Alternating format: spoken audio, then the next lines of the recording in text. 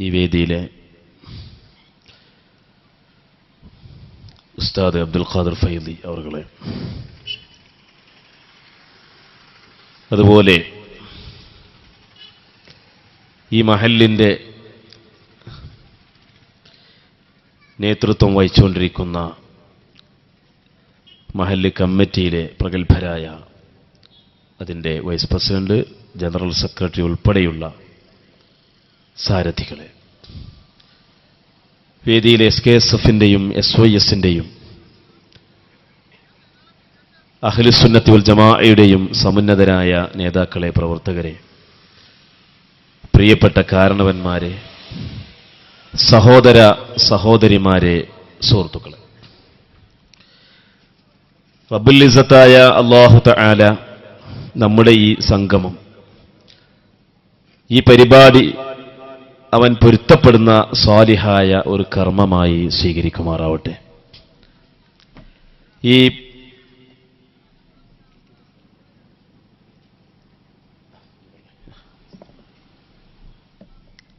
കുറച്ച് ആൾക്കാരാണ് മുന്നിക്ക്, ഇവിടെയൊക്കെ മുന്നിൽ കുറച്ച് സീറ്റ് കാലിയായി കിടക്കുന്നുണ്ട്, കുറച്ച് മുന്നിക്കിരിക്കുക. അവിടെ ബാക്കിൽ ആളുകൾക്ക് ഇരിക്കാൻ സ്ഥലമില്ലാതെ നിൽക്കുകയാണ്, കുറച്ചുകൂടി മുന്നിക്കിരിക്കുക.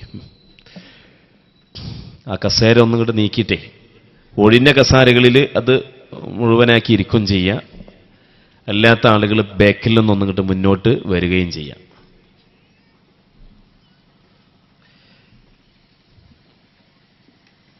മാഷാ അല്ലാഹ്, വളരെ പ്രൗഢമായ ഒരു സദസ്സാണ് ഇവിടെ സംഘടിപ്പിച്ചിട്ടുള്ളത്. സ്റ്റേജിലേക്ക് നോക്കിയാൽ പ്രഗത്ഭരായ വ്യക്തിത്വങ്ങളുടെ സാന്നിധ്യമാണ്. സദസ്സാണെങ്കിൽ നിറഞ്ഞ സന്തോഷകരമായ ഒരു സദസ്സ്. സഹോദരിമാരുടെ ഭാഗത്തും വളരെ പ്രൗഢമായ സമൃദ്ധമായ സദസ്സായിട്ടാണ് രൂപപ്പെട്ടിട്ടുള്ളത്. ഇതിൻ്റെ സംഘാടകർക്കും ഇതിന് ആശീർവാദം നൽകിയ ഇവിടുത്തെ കാരണവന്മാർക്കുമൊക്കെ അല്ലാഹു തആല അനുഗ്രഹം രണ്ട് ലോകത്തും പ്രദാനം ചെയ്യുമാറാവട്ടെ. ബഹുമാന്യനായ നമ്മുടെ സയ്യിദ് മുബശ്ശിർ ജമലുല്ലൈലി തങ്ങളവറുകൾ ഈ പരിപാടി ഉദ്ഘാടനം ചെയ്യുകയുണ്ടായി. ആനുകാലിക സംഭവവികാസങ്ങളെ സംബന്ധിച്ചുള്ള വ്യക്തമായ ദിശ ബോധം ബഹുമാനപ്പെട്ടവർ നമുക്ക് സമർപ്പിക്കുകയുണ്ടായി. നമ്മളെ സംബന്ധിച്ചിടത്തോളം നമുക്ക് വ്യക്തമായ ഒരു പാരമ്പര്യവും ശക്തമായ ഒരു അടിത്തറയും പകർന്നു തരാൻ വേണ്ടി മഹാരഥന്മാരായ പണ്ഡിത മഹത്തുക്കളാൽ സ്ഥാപിതമായ സമസ്ത കേരള ജംഇയ്യത്തുൽ ഉലമ, അതിൻ്റെ പോഷക സംഘടനകൾ ധാരാളം പ്രവർത്തിച്ചുകൊണ്ടിരിക്കുന്നുണ്ട്. സുന്നി യുവജന സംഘം, സമസ്ത കേരള സുന്നി സ്റ്റുഡൻസ് ഫെഡറേഷൻ, അതുപോലുള്ള ധാരാളം സംഘടനകൾ പ്രവർത്തിച്ചുകൊണ്ടിരിക്കുകയാണ്. അതിന് കീഴിൽ വ്യത്യസ്തങ്ങളായ പദ്ധതികളെ മുന്നിൽ വെച്ചുകൊണ്ടുള്ള ഒരുപാട് ഉപസമിതികളും പ്രവർത്തിച്ചുകൊണ്ടിരിക്കുന്നുണ്ട്. SKSF-ന്റെ കീഴിൽ അതിൻ്റെ ചലനങ്ങളും പ്രവർത്തനങ്ങളും ലോകത്തിൻ്റെ എല്ലാ ദിശയിലേക്കും എത്തിക്കാൻ വേണ്ടി നമ്മുടെ ഓൺലൈൻ ക്ലാസ് റൂം സംരംഭം Samastha Kerala Islamic class room, അതിൻ്റെ പ്രവർത്തകന്മാരായ നമ്മുടെ സയ്യിദ് നൂറുദ്ദീൻ തങ്ങൾ അൽ ബുഖാരി അൽ ജിഫിരി തങ്ങളവറുകളും, അതുപോലെ തന്നെ എൻ്റെ പ്രിയപ്പെട്ട സുഹൃത്ത് മൻസൂർ അലി, അവരൊക്കെ ഇവിടെ എത്തിയിട്ടുണ്ട്. അവരൊക്കെ ചെമ്മാടുള്ള ആളുകളാണ്. ഈ പരിപാടി, അതിൻ്റെ ദൃശ്യവും അതിൻ്റെ ശബ്ദവും എല്ലാം നമ്മൾ മാത്രമല്ല കേട്ടുകൊണ്ടിരിക്കുന്നത്, ഗൾഫ് നാടുകളിലുള്ള ആളുകളൊക്കെ അത് കേൾക്കുന്നുണ്ട്, അറിയുന്നുണ്ട്, കാണുന്നുണ്ട്. ഈ പ്രവർത്തനങ്ങളെല്ലാം അടിസ്ഥാനപരമായി എന്താണ് നമ്മളോട് ആവശ്യപ്പെടുന്നത്?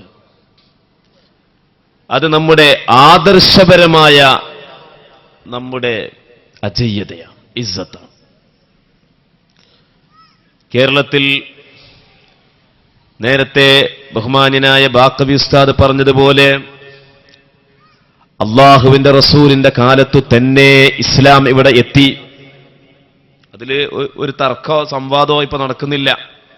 റസൂലുള്ളാഹിന്റെ കാലത്ത് ഇവിടെ ഇസ്ലാം എത്തി എന്നുള്ളതിൽ ജമാഅത്തേർക്കോ മുജാഹിദേർക്കോ തബ്ലീഗേർക്കോ തർക്കണ്ടോ? ഇല്ല. അവരൊക്കെ അവരുടെ പുസ്തകങ്ങളിൽ അത് എഴുതി വെച്ചിട്ടുണ്ട്. അവരുടെ പ്രസിദ്ധീകരണങ്ങളിൽ അക്കാര്യം രേഖപ്പെടുത്തിയിട്ടുണ്ട്. എന്നാൽ അന്ന് മുതൽക്ക് ഇന്നേ വരേക്കുമുള്ള ഓരോ സംഭവവികാസങ്ങൾ നമ്മൾ പരിശോധിച്ചു നോക്കിയാൽ അഹ്ലുസുന്നത്തി വൽ ജമാഅ നമ്മുടെ മുമ്പിൽ വരച്ചു കാണിക്കുന്ന, നമ്മൾ പ്രവർത്തിച്ചുകൊണ്ടിരിക്കുന്ന, അനുഷ്ഠിച്ചുകൊണ്ടിരിക്കുന്ന, ആചരിച്ചുകൊണ്ടിരിക്കുന്ന, വിശ്വസിച്ചുകൊണ്ടിരിക്കുന്ന തത്വങ്ങളും ആചാരങ്ങളും സത്യസന്ധമാണ്, സ്വർഗത്തിലേക്കുള്ള വഴിയാണ്, അതൊരിക്കലും തന്നെ പിഴച്ചതല്ല. ഹലാലായ കാര്യങ്ങളെ പറ്റി ഹറാം എന്ന് പറയാൻ പറ്റൂല. ഉദാഹരണം, ഒരു ചെറിയ ഉദാഹരണം ഞാൻ പറയാം. നബിദിനാഘോഷം ഏതാനും ദിവസങ്ങൾക്കുള്ളിൽ കടന്നു വരുന്നതാണല്ലോ നബിദിനാഘോഷം. നബിദിനാഘോഷത്തെ സംബന്ധിച്ച് പണ്ഡിതന്മാർ എന്ന് പറഞ്ഞാൽ ഇന്നത്തെ കാലത്തുള്ള പണ്ഡിതന്മാരല്ല, ലക്ഷക്കണക്കായ ഹദീസുകൾ ഹൃദിസ്ഥമാക്കിക്കൊണ്ട് ആയിരക്കണക്കിന് ഗ്രന്ഥങ്ങൾ രചന നടത്തിയ അല്ലാഹുവിന്റെ ഇഷ്ടക്കാരായ മഹാപണ്ഡിതന്മാർ, ഈ ദീനിന്റെ കാവലാളുകളായ പണ്ഡിതന്മാർ, ഇമാമുമാർ, ഇമാം ഇബ്നു ഹജർ അസ്ഖലാനി റളിയല്ലാഹു അൻഹുവിനെ പോലുള്ളവർ, ഇമാം സുയൂത്തി തങ്ങളെ പോലുള്ളവർ, ഹാഫിദുൽ ഇറാഖിയെ പോലുള്ളവർ, ഇമാം ഇബ്നു ശാമ, ഇമാമുൽ ഹലബി, ഇങ്ങനെ എത്രയോ ഇമാമുമാരൊന്നടങ്കം പറഞ്ഞു നബിദിനാഘോഷം റസൂലുള്ളാഹിനെ ആദരിക്കുകയാണ്, റസൂലുള്ളാഹിന്റെ ജന്മത്തിലുള്ള സന്തോഷം രേഖപ്പെടുത്തുകയാണ്, അള്ളാഹുവിന്റെ റസൂലിന്റെ മേൽ സലാത്തും സലാമും ചൊല്ലാൻ വേണ്ടി ഒരുമിച്ച് കൂടുകയാണ്, അള്ളാഹുവിന്റെ റസൂലിന്റെ അപദാനങ്ങൾ വാഴ്ത്തി പറയുകയാണ്, അള്ളാഹുവിന്റെ റസൂലിനെ മദ്ഹ് ചെയ്യുകയാണ്. അതുകൊണ്ട് അത് നല്ല ആചാരമാണ്. യുസാബു അലാ ദാലിക ഫാഇലുഹാ, അത് ചെയ്യുന്നവന് അല്ലാഹു വലിയ പുണ്യം കൊടുക്കുമെന്ന്, വലിയ പ്രതിഫലം നൽകുമെന്ന് ഈ പറഞ്ഞ ഇമാമുമാരെല്ലാവരും തെളിവിന്റെ പിൻബലത്തോടുകൂടി നമ്മെ പഠിപ്പിച്ചു. അങ്ങനത്തെ ഒരു സംഗതിയെ പറ്റി അത് തെറ്റാണ്, ഹറാമാണ്, ശിർക്കാണ്, കുഫറാണ്, ബിദ്അത്താണെന്ന് പറയാൻ പറ്റുമോ? പറ്റുകയില്ല. വളരെ മോശം ഭാഷയാണ് അത്തരത്തിലുള്ള പ്രയോഗങ്ങളൊക്കെ. അപ്പോ ഇതെല്ലാം നമുക്ക് മുൻഗാമികളിൽ നിന്ന് കിട്ടിപ്പോന്ന സംഗതികൾ, എല്ലാം ശരിയായ ആചാരങ്ങളാണ്. ഉദാഹരണത്തിന് ഏതാനും ചില ഉദാഹരണങ്ങൾ മാത്രം ഞാൻ പറയാം. നമ്മളൊക്കെ ബദർ മൗലൂദ് ചെല്ലുന്ന സമയത്ത് ബദരീങ്ങളെ പേര് കൊണ്ട് തവസ്സുലാക്കാറുണ്ട്. ബദറിൽ പങ്കെടുത്ത മഹാന്മാരായ ആളുകളുടെ പേരുകളെ കൊണ്ട് തവസ്സുലാക്കാറുണ്ട്. ബദരീങ്ങൾ മഹാന്മാരാണല്ലോ,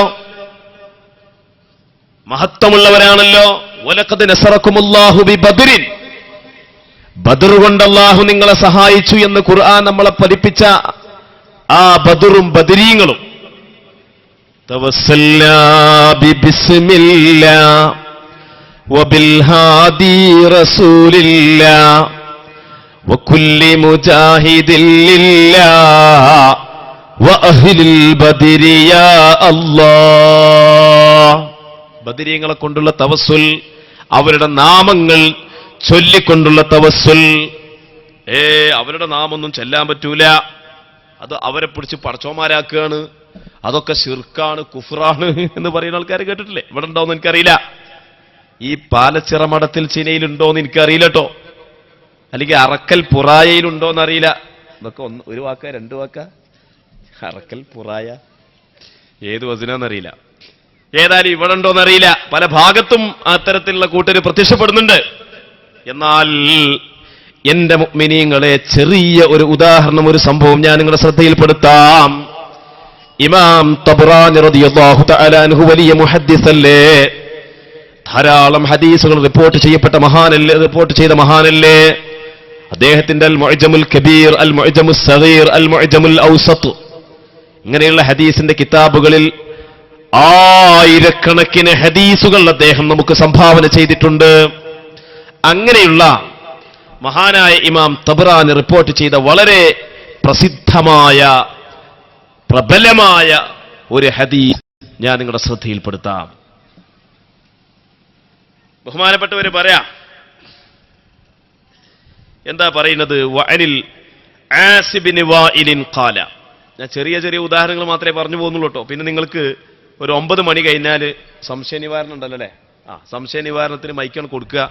ആൾക്കാർക്ക് ചോദിക്കാനുള്ളതൊക്കെ ചോദിക്കാൻ പേടിയുള്ള ആൾക്കാരുണ്ടാവും. ഓൾക്ക് ഒരു എഴുത്തിലൂടെ കൊടുത്തയച്ചാൽ മതി. പേരെഴുതണമെന്നൊന്നുമില്ല. പെണ്ണുങ്ങളെ ഭാഗത്തു നിന്നൊക്കെ വല്ല സംശയം ഉണ്ടെങ്കിൽ അവർ പേരൊന്നും എഴുതാതെ, പിന്നെ അതേപോലെ തന്നെ നമ്പറൊന്നും എഴുതാതെ, ഇപ്പൊ അങ്ങനെയാണല്ലോ. ഇപ്പോൾ ഇവിടെ നോട്ട് 500ന്റെ 1000ന്റെ നോട്ടൊക്കെ പിൻവലിച്ചപ്പോൾ ബാങ്കിൽ ക്യൂ നിൽക്കുന്ന പെണ്ണുങ്ങളുടെ നമ്പർ വാങ്ങാൻ വേണ്ടി RSS പിന്നെ ഹെൽപ്പ് ഡെസ്ക് ആയിട്ട് ഇരിക്കുന്നുണ്ട് അത്രേ. ഒരിക്കലും നമ്പർ കൊടുത്തു പോകരുത്. കൗണ്ടറിൽ നിങ്ങളുടെ നമ്പർ കൊടുക്കണമെന്ന് അത്യാവശ്യമായി നിർബന്ധിക്കുന്നുണ്ടെങ്കിൽ നിങ്ങളുടെ വീട്ടിലുള്ള പുരുഷന്മാരുടെ നമ്പർ മാത്രം കൊടുത്താൽ മതി. കാരണം അതിൻ്റെയൊക്കെ പിന്നിൽ ധാരാളം ചതികൾ അടങ്ങിയിട്ടുണ്ട്. അപ്പോ സംശയങ്ങൾ നേരിട്ട് ചോദിക്കാം, അല്ലെങ്കിൽ നിങ്ങൾക്ക് എഴുതി ചോദിക്കാം. അല്ലാഹു തൗഫീഖ് പ്രദാനം ചെയ്യുമാറാവട്ടെ. അപ്പോ എന്താണ് പറയുന്നത്? ഖദിമ ബക്ർ ബിൻ വായിലിൻ മക്കത്ത. ബക്ർ ബിൻ വായിൽ എന്ന കുടുംബം മക്കയിൽ വരിക. ആ സന്ദർഭത്തിൽ നബി സല്ലല്ലാഹു അലൈഹി വസല്ലം തങ്ങൾ അബൂബക്കർ സിദ്ദീഖ് റളിയല്ലാഹു അൻഹുവിനെ വിളിച്ചുകൊണ്ട് പറഞ്ഞു, യഅ്തിഹിം ഫഅരിദ്നി അലൈഹിം. ഓ അബൂബക്കറെ, ആ വന്ന സംഘത്തിന്റെ അടുക്കൽ ചെന്നുകൊണ്ട് എന്നെക്കുറിച്ച്, എന്റെ ദഅവത്തിനെ കുറിച്ച്, എന്റെ ദീനിനെ കുറിച്ച് അവരോട് പറഞ്ഞു കൊടുക്കുക. അബൂബക്കർ സിദ്ദീഖ് റളിയല്ലാഹു അൻഹു അവരുടെ അരികിൽ ചെന്നുകൊണ്ട് കാര്യങ്ങൾ പറഞ്ഞു കൊടുക്കുകയാണ്. അപ്പൊ അവര് പറഞ്ഞു, ഞങ്ങളിപ്പോ മുസ്ലിമാവാൻ വന്നതല്ല, ഞങ്ങൾക്കൊരു തീരുമാനമെടുക്കാൻ ഞങ്ങളുടെ നേതാവായ മുസന്ന ബിനു ഖാരിജ വന്നെങ്കിൽ മാത്രമേ ഞങ്ങൾക്ക് തീരുമാനമെടുക്കാൻ സാധിക്കുകയുള്ളൂ. അങ്ങനെ ആ നേതാവ് വരികയാണ്. ആ നേതാവ് വന്നപ്പോൾ മഹാനായ അബൂബക്കർ റളിയല്ലാഹു അൻഹു വീണ്ടും അവർക്ക് ദീനിനെ കുറിച്ച് പറഞ്ഞു കൊടുക്കുകയാണ്, ഇസ്ലാമിനെ കുറിച്ച് പറഞ്ഞു കൊടുത്തു, റസൂലുള്ളാഹിനെ കുറിച്ച് പരിചയപ്പെടുത്തി കൊടുത്തു. ആ സമയത്ത് അവർ പറഞ്ഞു, ആ വന്ന ആളുകൾ പറഞ്ഞു, ഇന്ന ബൈനനാ വബൈനൽ ഫുർസി ഹർബാ. ഞങ്ങളും പേർഷ്യക്കാരും ഒരു യുദ്ധം നടന്നുകൊണ്ടിരിക്കുന്നുണ്ട്. ആ യുദ്ധം കഴിഞ്ഞ് ഞങ്ങൾ മടങ്ങി വരാം. ഫനദർന, എന്നിട്ട് ഞങ്ങളൊന്ന് ചിന്തിക്കട്ടെ. കണ്ടോ, ഇസ്ലാമിലേക്ക് ഇങ്ങോട്ട് പിടിച്ചിട്ട് വാളും പിടിച്ചിട്ട് കടകട ഇസ്ലാമിലേക്ക്, അതല്ല നമ്മുടെ ശൈലി. സിദ്ദീഖുൽ അക്ബർ തങ്ങൾ അവരോട് ഇസ്ലാമിനെ കുറിച്ച് പറഞ്ഞു കൊടുത്തപ്പോ അവര് പറഞ്ഞു, ഞങ്ങൾ യുദ്ധം കഴിഞ്ഞിട്ട് മടങ്ങി വരുമ്പോ ആലോചിക്കാം. അപ്പൊ അബൂബക്കർ സിദ്ദീഖ് റളിയല്ലാഹു അൻഹു പറഞ്ഞു, അറഅയ്ത ഇൻ ഗലബതുഹും അതത്ബഉന അംരിനാ. നിങ്ങൾ ആ പേർഷ്യക്കാരെ പരാജയപ്പെടുത്തുകയാണെങ്കിൽ നിങ്ങൾ മടങ്ങുമോ, അല്ലെങ്കിൽ ഞങ്ങളുടെ ദീനിലേക്ക് നിങ്ങൾ വരുമോ? സിദ്ദീഖുൽ അക്ബർ തങ്ങൾക്കറിയാം എന്താ നടക്കാൻ പോകുന്നത് എന്നുള്ളത്. ആ സമയത്തും അവര് പറഞ്ഞു, അങ്ങനെ ഇപ്പോൾ ഞങ്ങൾക്ക് പറയാൻ കഴിയില്ല, ഞങ്ങൾ യുദ്ധം കഴിഞ്ഞ് ഫനദർനാ ഫീമാ തഖൂൽ, താങ്കൾ പറയുന്ന ദീനിനെ കുറിച്ച് ഞങ്ങൾ ആലോചിക്കാം. അങ്ങനെ ഫലമ്മൽ തഖൗ മഅൽ ഫുർസി, അങ്ങനെ പേർഷ്യക്കാരുമായി അവർ കണ്ടുമുട്ടി യുദ്ധം നടക്കുമ്പോൾ ഖാല ശൈഖുഹും, ഇനി ശ്രദ്ധിക്കണേ മുഅ്മിനീങ്ങളൊന്ന് ശ്രദ്ധിക്കണം. നമ്മളെ തവസ്സുലിന്റെ ദുആ, തവസ്സുൽ ചെയ്യുന്ന മൗലിദൊക്കെ ശിർക്കാണെന്ന് പറയുന്ന ആൾക്കാരുണ്ട് ഈ നാട്ടിലുണ്ടാവില്ല. നിങ്ങൾക്കൊരു പക്ഷേ അത് പരിചയമുണ്ടാവില്ല. പക്ഷേ എന്റെ ഈ ശബ്ദം ശ്രവിക്കുന്ന ലോകത്തിന്റെ നാനാഭാഗത്തു നിന്നും ശ്രദ്ധിക്കുന്ന പലരിലും ഈ കൂട്ടരുണ്ടാകും. അതുകൊണ്ട് വളരെ ശ്രദ്ധിക്കണം. ഖാല ശൈഖുഹും, അവരുടെ നേതാവ് ചോദിക്കുകയാണ് അനുയായികളോട്, മസ്മുല്ലദീ ദആകും ഇലല്ലാഹ്, അല്ലാഹുവിന്റെ ദീനിലേക്ക് നിങ്ങളെ ക്ഷണിച്ച, ആ മക്കയിൽ ക്ഷണിച്ച ആ വ്യക്തിയുടെ പേര് എന്താണ്? ഖാലു, അവർ പറഞ്ഞു, മുഹമ്മദുൻ, അത് മുഹമ്മദ് എന്നാണ്. ഖാല, അപ്പൊ അദ്ദേഹം പറയുകയാണ്, ഹുവ ശിആറുക്കും, ഹുവ ശിആറുക്കും, അതന്നെ നിങ്ങളുടെ ഈ യുദ്ധത്തിൽ നിങ്ങളുടെ ശിആർ, നിങ്ങളുടെ മന്ത്രം അതായിക്കോട്ടെ. മുഹമ്മദ് എന്ന മന്ത്രം നടത്തിക്കാണ് യുദ്ധം ചെയ്തോളി, എന്നാൽ നിങ്ങൾക്ക് വിജയമുണ്ടാകും. ഫനുസിറു അലൽ ഖൗമി, അങ്ങനെ പേർഷ്യക്കാരവർ തോൽപ്പിക്കുകയാണ്. അപ്പൊ തോൽപ്പിച്ചോട്ടെ, ഇനിയിപ്പോ നമുക്കെന്താ? എന്നാ കേട്ടോളൂ. ഫഖാല റസൂൽ സ്വല്ലല്ലാഹു അലൈഹി വസല്ലം, അല്ലാഹുവിന്റെ റസൂൽ പറയുകയാണ്, ബീനുസിറു, എന്റെ പേര് കൊണ്ട് തവസ്സുലാക്കിയത് കൊണ്ടാണ് അവർക്ക് വിജയമുണ്ടായത് എന്ന് ഷഫീഉന മുഹമ്മദുർ റസൂലുള്ളാഹി. ഹദീസ് ലഈഫാണെന്ന് പറഞ്ഞിട്ട് ആരും ചാടാൻ നിൽക്കണ്ട. അഖ്റജഹു തബ്റാനിയോ, ഈ ഹദീസ് ഇമാം തബ്റാനി അവിടുത്തെ മുഅ്ജമുൽ കബീർ റിപ്പോർട്ട് ചെയ്തു. വരിജാലുഹു സിഖാത്തുൻ, അത് റിപ്പോർട്ട് ചെയ്ത റാവിമാർ മുഴുവൻ വിശ്വസ്തരാണ്. റിജാലുസ് സഹീഹ്, പ്രബലമായ റിപ്പോർട്ടർമാരാണ് എന്ന് മഹാനായ ഇമാം ഹാഫിദുൽ ഹൈസമി അവിടുത്തെ മജ്മുഉസ് സവാഇദിൽ കൃത്യമായി രേഖപ്പെടുത്തുകയാണ്. കണ്ടോ? എന്നിട്ട് ഈ തവസ്സുലിനെ പറ്റി, മഹാന്മാരുടെ പേരുരുവിട്ടുകൊണ്ടുള്ള തവസ്സുല്, അങ്ങനെ ചെയ്താൽ നരകത്ത് പോകും. എന്നാ പിന്നെ ഇത് റസൂല പഠിപ്പിച്ചതോ?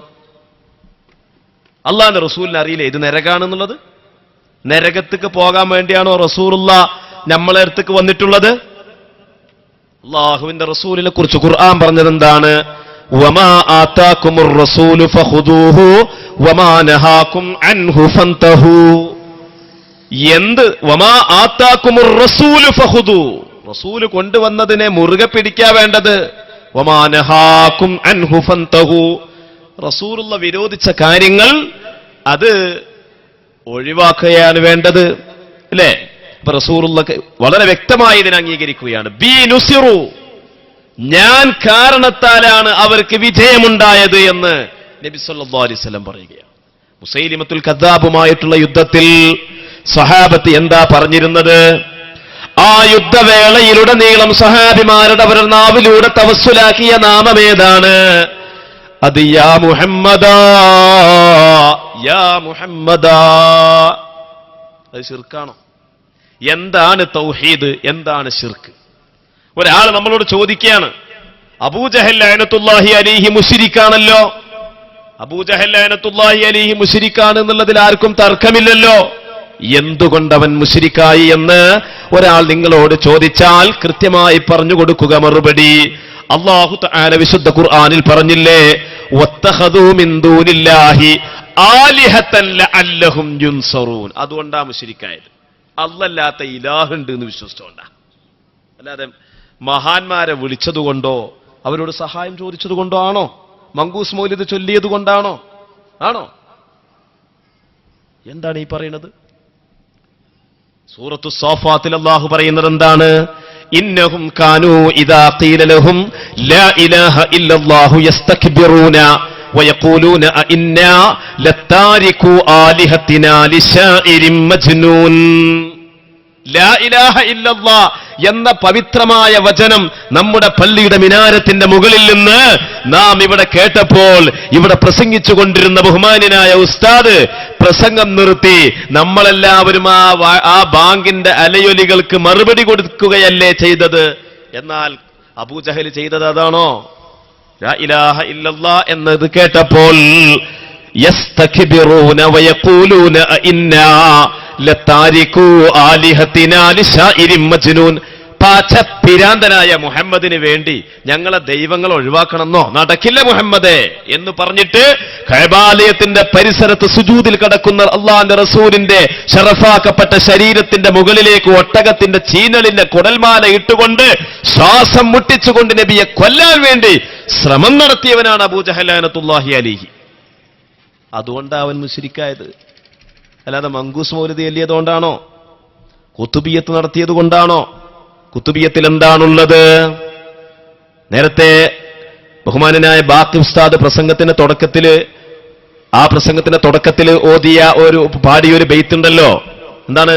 ഇന്നബ്തഅത്വാറത്തുൽ അർഹാമി വബ്തഅദത് അന്നാ ഫഅസ്റഉ ശൈഇൻ ഗാറത്തുല്ലാഹി യാ ഗാറത്തുല്ലാഹി ഹുസ്സി സൈറ മുസ്രിഅതൻ ഫീ ഹല്ലി ഉഖ്ദതിനാ യാ ഗാറത്തുല്ലാഹി.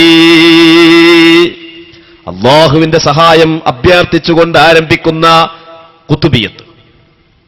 ആ കുത്തുബിയത്ത് അവസാനിപ്പിക്കുന്നത് എങ്ങനെയാണ്? യാ അല്ലാഹു യാ അല്ലാഹ് ഫർഹിനാ ബിന്നൂബാ യാ അല്ലാഹു യാ അല്ലാഹ് ഫർജ്നാ മിൻ വബാ ബിസ്സുൽത്താനി മുഹിയ്യിദ്ദീൻ ഉൻസുർനാ യാ അല്ലാഹ് അജ്ജിൽനാ ബിൽ ഫത്ഹി യാ അല്ലാഹു യാ അല്ലാഹ്. അല്ലാഹുവിനെ കൊണ്ട് അവസാനിപ്പിക്കുകയാണ്. അല്ലാഹുവിനെ കൊണ്ട് ആരംഭിച്ച് അല്ലാഹുവിനെ കൊണ്ട് അവസാനിപ്പിക്കുന്നതിനിടയിൽ അല്ലാഹുവിന്റെ ഇഷ്ടദാസനായ മഹാനായ മുഹിയുദ്ദീൻ ശൈഖ് റളിയല്ലാഹു അൻഹുവിന്റെ നാമത്തെ വിളിക്കുകയല്ലേ? ആ നാമത്തെ, നബിയുടെ നാമത്തെ വിളിച്ചതുകൊണ്ടല്ലേ പേർഷ്യക്കാരുമായുള്ള യുദ്ധത്തിൽ ഒരു വിഭാഗം വിജയിച്ചത് എന്ന് അല്ലാഹുവിന്റെ റസൂല് പറഞ്ഞെങ്കിൽ ഇവിടെ അല്ലാഹുവിന്റെ ഇഷ്ടദാസനായ മുഹിയുദ്ദീൻ ശൈഖിനെ വിളിക്കുകയാണ്. ഇതിന് മാതൃകയില്ലേ? ഉണ്ട്.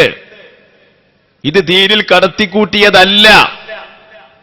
ആണ് എന്ന് ആര് എത്ര വട്ടം പറഞ്ഞാലും അല്ല. അത് മുജാഹിദ് പറഞ്ഞാലും ജമാഅത്ത് പറഞ്ഞാലും തബ്ലീഗേരം പറഞ്ഞാലും ഒക്കെ കണക്കന്നെ.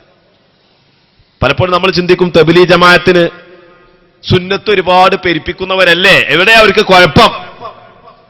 കുഴപ്പമേ ഉള്ളൂ. ഒരുപാട് കുഴപ്പങ്ങൾ എനിക്ക് പറയാനുണ്ട്. ഞാൻ ഒരു കുഴപ്പം മാത്രം പറയാം.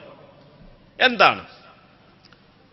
ഏറ്റവും പുതിയതായിട്ട് തബ്ലീഗ് ജമാഅത്തുകാരൻ അവരുടെ പുതിയ പുസ്തകത്തിൽ എഴുതി വെച്ചതാ ഞാൻ പറയുന്നത്. 2016 നമ്മൾ സ്ഥിതി ചെയ്യുന്നതെങ്കിൽ 2014 അവർ പ്രസിദ്ധീകരിച്ച പുസ്തകത്തിൽ അവരെഴുതി വെച്ച ഒരൊറ്റ കാര്യം മാത്രം ഞാനിപ്പോ പറയാം.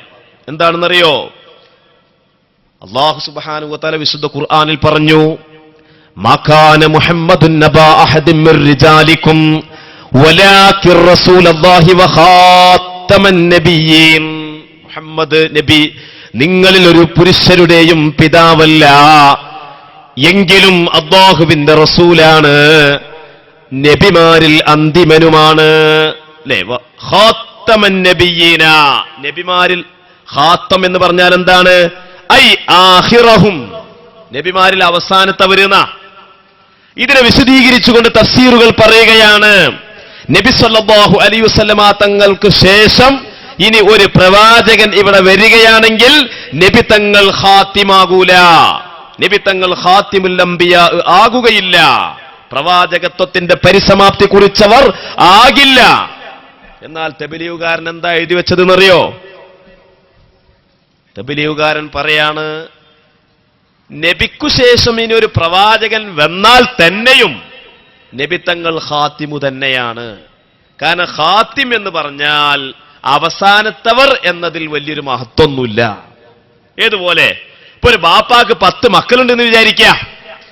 ഒരു ബാപ്പാക്ക് 10 മക്കളുണ്ടെങ്കിൽ 10ാമത് പ്രസവിച്ച ആ മകൻ 10ാമതായി എന്ന് വിചാരിച്ചിട്ട് വല്ല പ്രത്യേകതയുണ്ടോ? അല്ലെങ്കിൽ 1ാമത് പ്രസവിക്കപ്പെട്ട മകൻ 1ാമതായി എന്ന് വിചാരിച്ചിട്ട് വല്ല പ്രത്യേകതയുമുണ്ടോ? ഇല്ലല്ലോ. 1ാമതാവുക 10ാമതാവുക എന്നത് കാലം കൊണ്ട് പ്രത്യേകതയില്ലല്ലോ. ചിലപ്പോ 1ാമത്തവനാകും വലിയ ആള്, ചിലപ്പോ 10ാമത്തവനാകും വലിയ ആള്, ചിലപ്പോ അതിനിടയിലുള്ളവനാകും വലിയ ആള്. ആരാണ് വലിയവെന്ന് പറയാൻ പറ്റില്ല. എന്നതുപോലെ കാലം കൊണ്ട് അവസാനത്തവരാവുക എന്നതിന് പ്രത്യേകതയൊന്നുമില്ല, അതിൽ വലിയൊരു കാര്യമൊന്നുമില്ല. മറിച്ച് എല്ലാ പ്രവാചകന്മാരുടെയും സ്രോതസ്സായി നബി തങ്ങളാവുക എന്നതാണ്. അതാണ് നബിയുടെ ഖാത്തിമിയത്ത്, അതാണ് നബിയുടെ ഖാത്തിമിയത്ത് എന്നവർ എഴുതി വെക്കുകയാണ്. അപ്പോ എന്നിട്ട് അവർ പറയാണ്, ബൈ ചാൻസ് നബിക്കു പിറകിൽ ഒരു നബി വന്നാൽ തന്നെയും നബി ഖാത്തിമു തന്നെയാണ്. ഇതാര വാദ? ഇത് ഖാദിയാനികളുടെ വാദമല്ലേ? ഇത് ഇസ്ലാമിന്റെ വാദമാണോ? ഇത് മുസ്ലിമിന്റെ വാദമാണോ? ഇത് മുഫസ്സിരീങ്ങൾ പഠിപ്പിച്ച വാദമാണോ? ഇത് ഇമാമുമാർ പഠിപ്പിച്ച വാദമാണോ? ഇത് വിശുദ്ധ ഖുർആനിനെതിരായ വാദമല്ലേ? അല്ലാഹുവിന്റെ റസൂൽ പറഞ്ഞത് എന്താണ്? മസലി വ മസലുൽ അംബിയാഇ, എന്റെയും മുൻകഴിഞ്ഞ പ്രവാചകന്മാരുടെയും ഉദാഹരണം എന്ന് പറഞ്ഞാൽ ഒരു ബിൽഡിംഗ് പോലെയാണ്. മനോഹരമായ ബിൽഡിംഗ് ആണ്. ആ ബിൽഡിങ്ങിന്റെ എല്ലാ ഇഷ്ടികകളും പടുത്ത് അവസാനത്തെ ഒരു ഇഷ്ടിക മാത്രം ബാക്കിയാവുകയാണ്. അപ്പോഴതാ ജനങ്ങൾ ആ ബിൽഡിംഗ് കാണാൻ വേണ്ടി ചുറ്റും നിൽക്കുമ്പോൾ അവരെല്ലാവരും പറയുകയാണ്, ആ ഒരു ഇഷ്ടിക കൂടി പൂർത്തിയായി കഴിഞ്ഞാൽ എന്തൊരു ഭംഗിയുള്ള, എന്തൊരു മനോഹരമായ എടുപ്പായിരിക്കും ഇത് എന്ന് ആളുകൾ പറയുമ്പോ അപ്പോ എന്ത് ചെയ്യും? അല്ലാഹു തആല ആ ഇഷ്ടിക കൂടി അവിടെ പടുക്കുകയാണ്. അതോടുകൂടി ആ ബിൽഡിംഗ് പൂർത്തിയാവുകയാണ്. എന്നതുപോലെയാണ് ഞാൻ അവസാനം സ്ഥാപിക്കപ്പെട്ട ഇഷ്ടിക പോലെയാണ് ഞാൻ. ഖുതിമ ബി അന്നബിയൂന, സർവപ്രവാചകന്മാരും എന്നെ കൊണ്ടാണ് പൂർത്തീകരിക്കപ്പെട്ടിട്ടുള്ളത് എന്ന് സഹീഹുൽ ബുഖാരിയിലൂടെ റിപ്പോർട്ട് ചെയ്യപ്പെട്ട ഹദീസിലൂടെ നമുക്ക് മനസ്സിലാക്കാൻ സാധിക്കില്ലേ? അപ്പൊ അതാണ് ഖാത്തിമിയ്യത്ത്. അല്ലാതെ എല്ലാ പ്രവാചകന്മാരുടെയും കൗക്കോല് പോയിട്ട് കൂടുന്ന മൂന്തായെന്നല്ല. പൊന്നാനി പള്ളിക്കത്തെ കൗക്കോലുകളെ കൂട്ടം പറഞ്ഞ മാതിരി പൊന്നാനി പള്ളിക്കത്തെ കൗക്കോലുകൾ കണ്ടിട്ടുണ്ടോ? എല്ലാം കൂടി ചെന്നിട്ട് ഒരു മൂന്തായത്തും അങ്ങോട്ട് കൂടി നിൽക്കുകയാണ്. എന്നതുപോലെയാണ് റസൂലുള്ളാഹിന്റെ ഖത്മുൻ നുബുവത്ത് എന്നാണോ? ആ അർത്ഥത്തിലല്ല. അപ്പൊ ഖത്മുൻ നുബുവത്ത് എന്നതിന്റെ അർത്ഥത്തെ മാറ്റിമറിക്കുകയും അതിനെ 2014 പോലും മലയാളക്കരയിൽ പച്ച മലയാളത്തിൽ അതിനെ ദുർവ്യാഖ്യാനിക്കുകയും വിശദീകരിക്കുകയും ചെയ്യുകയുണ്ടായി. ഇത് തബ്ലീഗ് ജമാഅത്ത് ചെയ്തതാണ്. അവരെ നമുക്ക് പിന്നാലെ പോകാൻ പറ്റുമോ? എന്റെ ചെറുപ്പക്കാരോടാ ഞാൻ ചോദിക്കുന്നത്. ഒരുപക്ഷെ ബിരിയാണി തരാം, ചായ തരാം, ബിസ്ക്കറ്റ് തരാം എന്ന് പറഞ്ഞിട്ട് ബാംഗ്ലൂർക്ക് പോരുമോ, ഊട്ടിയിലേക്ക് പോരുമോ, അവിടെ ജമാഅത്തിന് പോകാമെന്ന് പറഞ്ഞിട്ട്, അപ്പോ ഇത് സൗജന്യമല്ലേ എന്ന് വിചാരിച്ച് നമ്മൾ പിന്നാലെ പോകും. സൂക്ഷിക്കണേ, നമ്മുടെ ആഖിബത്ത് നമ്മൾ കാത്തുരക്ഷിക്കണമേ. നാം അത്തരത്തിൽ പെട്ടുപോകാൻ പാടില്ല. അതുകൊണ്ട് എന്റെ പ്രിയപ്പെട്ട മുഅ്മിനീങ്ങളെ, ആര് തന്നെ പറഞ്ഞാലും നമ്മുടെ ആചാരങ്ങൾ, ഞാൻ നേരത്തെ പറഞ്ഞില്ലേ കുത്തുബിയത്തിന്റെ കാര്യം, അള്ളാഹുവിനെ കൊണ്ട് ആരംഭിച്ച് അള്ളാഹുവിനെ കൊണ്ട് അവസാനിപ്പിക്കുന്നതിനിടയിൽ മുഹിയുദ്ദീൻ ശൈഖ് റളിയല്ലാഹു അൻഹുവിന്റെ നാമം വിളിക്കുന്ന സംഭവമല്ലേ ഇത്? ശിർക്കാണോ? കുത്തുബിയത്തിനെ സംബന്ധിച്ച് മുമ്പ് ഒരു ചോദ്യം വരികയുണ്ടായി. ഇതേപോലുള്ള സദസ്സിൽ വന്നൊരു ചോദ്യം എന്താണ്? കുത്തുബിയത്തിൽ പറയുന്നുണ്ടത്രേ മഴ പെയ്യിപ്പിക്കുന്നത് മുഹിയുദ്ദീൻ ശൈഖാണ്. യാ കുത്തുബ അഹ്ലിസ് സമാ വൽ അർദി ഗൗസഹുമാ യാ ഐന ഫൈദി വുജൂദൈഹിം വഗൈസഹുമാ. ആകാശഭൂമികളിൽ നിന്ന് മഴ പെയ്യിപ്പിക്കുന്ന മുഹിയുദ്ദീൻ ശൈഖ് എന്ന് പറഞ്ഞിട്ടുണ്ട്. അപ്പൊ മഴ പെയ്യിപ്പിക്കുന്ന ആൾ അല്ലല്ലേ? ഇവിടെ സുന്നിയാള് പറയുന്നത് മുഹിയുദ്ദീൻ ശൈഖാണ്. അപ്പൊ അള്ളാഹു മഴ പെയ്യിപ്പിക്കുന്നതിനെ കുറിച്ച് മുഹിയുദ്ദീൻ ശൈഖ് മഴ പെയ്യിപ്പിക്കുന്നു എന്ന് കുത്തുബിയ്യത്തിൽ പറയുന്നില്ലേ? അപ്പൊ ഇത് പച്ച ശിർക്കല്ലേ, കുഫറല്ലേ എന്നൊരു ചോദ്യം വന്നു. ഞാൻ ആ സുഹൃത്തിനോട് തിരിച്ചങ്ങോട്ട് ചോദിച്ചു, അല്ല സഹോദരാ, അപ്പോ നിന്റെ വിശ്വാസപ്രകാരം ഇപ്പൊ ആകാശത്തിലും ഭൂമിയിലും മഴ പെയ്യിപ്പിക്കുന്നത് ഇപ്പൊ ആരാണെന്നാ നിന്റെ വിശ്വാസം? അവൻ ധൈര്യത്തോടു കൂടി പറഞ്ഞു അള്ളയാണ്. ഒന്നും കൂടി ഞാൻ ചോദിച്ചു, അപ്പൊ ആകാശത്തും ഭൂമിയിലും മഴ പെയ്യിപ്പിക്കുന്നത് അള്ള തന്നെയല്ലേ? അള്ള തന്നെയാണ് എന്ന് പറഞ്ഞു. അടുത്ത മൂന്നാമത് ഞാൻ ചോദിച്ചു, ആകാശത്ത് മഴയുണ്ടോ? ആകാശത്ത് മഴയിലുണ്ടോ? ഭൂമിയിൽ മഴ പെയ്യാറുണ്ട്, ആകാശത്ത് മഴയുണ്ടോ എന്ന് ചോദിച്ചു. അപ്പോഴാണ് ഈ സഹോദരൻ ആകാശത്ത് മഴയില്ലല്ലോ. പിന്നെ ഓൻ പറഞ്ഞെന്താ? എന്റെ ആദ്യത്തെ 2 ചോദ്യം എന്തായിരുന്നു? ആകാശത്തും ഭൂമിയിലും മഴ പെയ്യിപ്പിക്കുന്നവൻ അള്ളാഹു തന്നെയല്ലേ? അള്ള തന്നെയാണ് ആകാശത്തും അള്ള തന്നെയാണ് ഭൂമിയിലും മഴ പെയ്യിപ്പിക്കുന്നത്. അപ്പൊ ആകാശത്ത് മഴയുണ്ടോ? ഉണ്ട് എന്ന് പറഞ്ഞാലും കുടുങ്ങി, കാരണം തെളിവില്ല. ഇല്ല എന്ന് പറഞ്ഞാൽ ആദ്യം പറഞ്ഞത് പൊട്ടി. എന്നിട്ട് ഞാൻ ചോദിച്ചു, അതുകൊണ്ട് സഹോദര, ഇവിടെ അത് ആലങ്കാരികാണ്. ആകാശത്തും ഭൂമിയിലും മഴ പെയ്യിപ്പിക്കാന്ന് പറഞ്ഞാൽ ഈ കാണുന്ന മഴയല്ല. ആകാശവാസികൾക്കും ഭൂനിവാസികൾക്കും സ്നേഹത്തിന്റെ, അവരെല്ലാവരും സ്നേഹിക്കുന്ന മഹാനെ എന്ന അർത്ഥത്തിലാണ് ആ പറയുന്നത്. ആകാശത്തുള്ള മലക്കുകൾക്ക് സ്നേഹമുള്ള വലിയ, ഭൂമിയിലുള്ള മനുഷ്യരാശി മുഴുവൻ സ്നേഹിക്കുന്ന വലിയ എന്ന അർത്ഥത്തിലുള്ള കവിയുടെ സാഹിത്യ ശൈലി, സാഹിത്യ ഭാഷ, ആ ഭാഷ പോലും നിനക്ക് മനസ്സിലായില്ലല്ലോ സഹോദര. അപ്പോ എന്താണ് ഈ പറയുന്നതെന്ന് മനസ്സിലാക്കാതെ വെറുതെ ചോദിക്കുന്ന ചോദ്യമാണ്. എന്നതുപോലെ കുത്തുബിയത്തിന്റെ മാതൃക എന്താണ്? അള്ളാഹുവിന്റെ റസൂലിന്റെ അരികിൽ ഒരു സ്വഹാബി വരികയാണ്. ആ സഹാബി വന്നിട്ട് പറയാണ്, നബിയെ എനിക്ക് കാഴ്ചയില്ല, കണ്ണ് കാണുന്നില്ല, അവിടുന്ന് ദുആർക്കണം. നബി തങ്ങൾ പറഞ്ഞു, ഞാൻ ദുആർന്നാൽ കാഴ്ച തിരിച്ചു കിട്ടും, പക്ഷേ നിനക്ക് പരലോകത്തേക്ക് നല്ലത് അന്ധനായി ജീവിക്കലാണ്. ആ സഹാബി പറഞ്ഞു, അല്ല എനിക്ക് കാഴ്ച കിട്ടണം നബിയെ. നബി തങ്ങൾ ദുആർന്നില്ല. നബി സല്ലല്ലാഹു അലൈഹി വസല്ലമ തങ്ങൾ ദുആ ചെയ്തില്ല. നബി സല്ലല്ലാഹു അലൈഹി വസല്ലമ തങ്ങൾ എന്ത് ചെയ്തു? നീ ജലാശയത്തിൽ ചെന്നിട്ട് ഇങ്ങനെ നിർദ്ദേശം കൊടുത്തു, ജലാശയത്തിൽ ചെല്ലുക, എന്നിട്ട് എല്ലാ ശർത്തും ഫർളും അദബും പാലിച്ചുകൊണ്ട് വുളൂ ചെയ്യുക, എന്നിട്ട് അതിനുശേഷം 2 റക്അത്ത് നിസ്കരിക്കുക, നിസ്കാര ശേഷം പടച്ച തമ്പുരാനോട് ദുആർക്കുക. എന്താ ദുആ എന്നറിയോ? ഖിബിലക്ക് മുന്നിട്ടുകൊണ്ട് റബ്ബിലേക്ക് കൈകളുയർത്തി അല്ലാഹുവിനോട് നടത്തുന്ന ദുആയാണ്. اللهم إني أسألك وأتوجه إليك بنبيك نبي الرحمة يا محمد يا رسول الله إني أتوجه بك إلى الله اللهم فشفعه فيا. അല്ലാഹുവേ, നിന്റെ റഹ്മത്തിന്റെ നബിയായ നിന്റെ നബിയെ കൊണ്ട് ഞാനിതാ നിന്നിലേക്ക് മുന്നിടുന്നു, നിന്നോട് ചോദിക്കുന്നു, മുഹമ്മദ് നബിയെ റസൂലേ, അങ്ങയെ കൊണ്ട് അങ്ങയെ തവസ്സുലാക്കിക്കൊണ്ട് ഞാൻ അല്ലാഹുവിനോടിതാ ചോദിക്കുന്നു, അല്ലാഹുമ്മ ഫശഫിഉഹു ഫിയ്യാ, അല്ലാഹുവേ മുഹമ്മദ് നബിയെ എന്റെ കാര്യത്തിൽ ഷഫീആക്കണമേ. കണ്ടോ, ഇതാണ് ദുആർന കാഴ്ച ശക്തി തിരിച്ചു കിട്ടുന്നു പറഞ്ഞു. ഇവിടെ എന്താ സംഭവിച്ചത്? എന്താണ് ഈ ദുആയിൽ പറഞ്ഞു കൊടുത്തത്? അല്ലാഹുവിനോട് പറയാം, തുടക്കത്തിലും ഒടുക്കത്തിലും, നടുവിൽ റസൂലുള്ളാഹിനെ വിളിക്ക, നബിയെ കൊണ്ട് തവസ്സുലാക്കുക. അതന്നല്ലേ കുത്തുബിയത്ത്? അല്ലാഹുവിനെ കൊണ്ട് ആരംഭിച്ച് അല്ലാഹുവിനെ കൊണ്ട് അവസാനിപ്പിക്കുന്നതിനിടയിൽ മുഹിയുദ്ദീൻ ശൈഖ് റളിയല്ലാഹു അൻഹുവിന്റെ പേര് വിളിച്ചുകൊണ്ട് തവസ്സുലാക്കുക. ഇതിലെന്താ കുഴപ്പമുള്ളത്? ഇതിലെവിടെയാണ് ശിർക്കുള്ളത്? 1920 മുതൽ 1950 വരെ 30 കൊല്ല കാലഘട്ടം ഇവിടെ മുജാഹിദുകൾ, അല്ലെങ്കിൽ സലഫികൾ, അതല്ലെങ്കിൽ വഹാബികൾ, പല പേരിലാണ് അറിയപ്പെടുന്നത്. ഇപ്പൊ മുജാഹിദുകൾ 2 കൂട്ടരും കൂടി ഒന്നിക്കുകയാണ് ഇത്ര അടുത്ത മാസം എന്ന് പറയുന്ന കേൾക്കുന്നുണ്ട്. എങ്ങനെയാണ് അവരെ ഒന്നിക്കുക എന്നുള്ളത് നമുക്ക് ചിന്തിച്ചിട്ടൊരു പിടുത്തം കിട്ടില്ല. കാരണം ഒരു വിഭാഗം ബുഖാരിയിലെ എത്രയോ ഹദീസുകള് കള്ള ഹദീസാണ് എന്ന് വാദിക്കുന്നവരാണ്. ഉദാഹരണം പറയുകയാണ്, ഇപ്പൊ മൂസാ നബി അലി ഇസ്ലാം അസ്രായിലിനെ കണ്ണു പൊട്ടിച്ചൊരു ചരിത്രമുണ്ട് ബുഖാരിയിൽ. മൂസാ നബി അലി ഇസ്ലാമിനെ റൂഹ് പിടിക്കാൻ വേണ്ടി അസ്രായിൽ അലി ഇസ്ലാമിന് അല്ലാഹു തആല പറഞ്ഞേക്കാണ്. അങ്ങനെ അസ്രായിൽ അലി ഇസ്ലാം വന്നു. പ്രവാചകന്മാരെ റൂഹ് പിടിക്കുന്നതിന് മുമ്പ് സമ്മതം ചോദിക്കണമല്ലോ.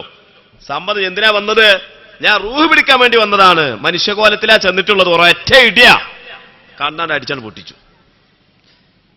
അങ്ങനെ അസ്രായിൽ നേരെ അള്ളാന്റെ അരികിൽ ഹദറത്തിൽ ചെന്നുകൊണ്ട് വിഷയങ്ങളൊക്കെ പറഞ്ഞപ്പോ എന്താ അള്ളാഹ് പറഞ്ഞത്?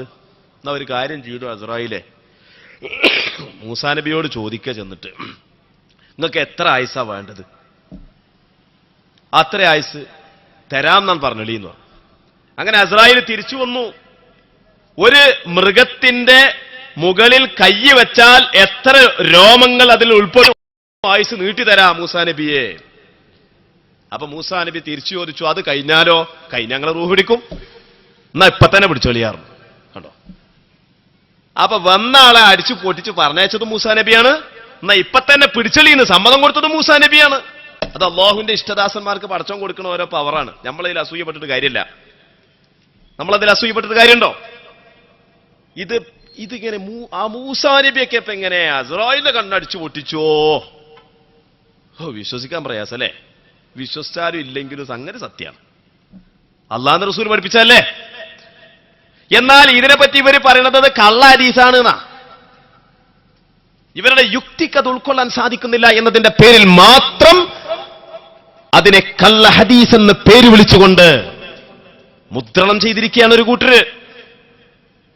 അവര് തന്നെ നബി സല്ലല്ലാഹു അലൈഹി വസല്ലമ തങ്ങൾക്കൊരിക്കൽ ലബീദുൽ അഅ്സം എന്ന ജൂതനായ സാഹിർ ലബീദുൽ അഅ്സം എന്ന് പറയുന്ന ജൂതനായ മാരണക്കാരൻ നബി സല്ലല്ലാഹു അലൈഹി വസല്ലമ തങ്ങളെ സിഹ്ർ ചെയ്യുകയാണ്.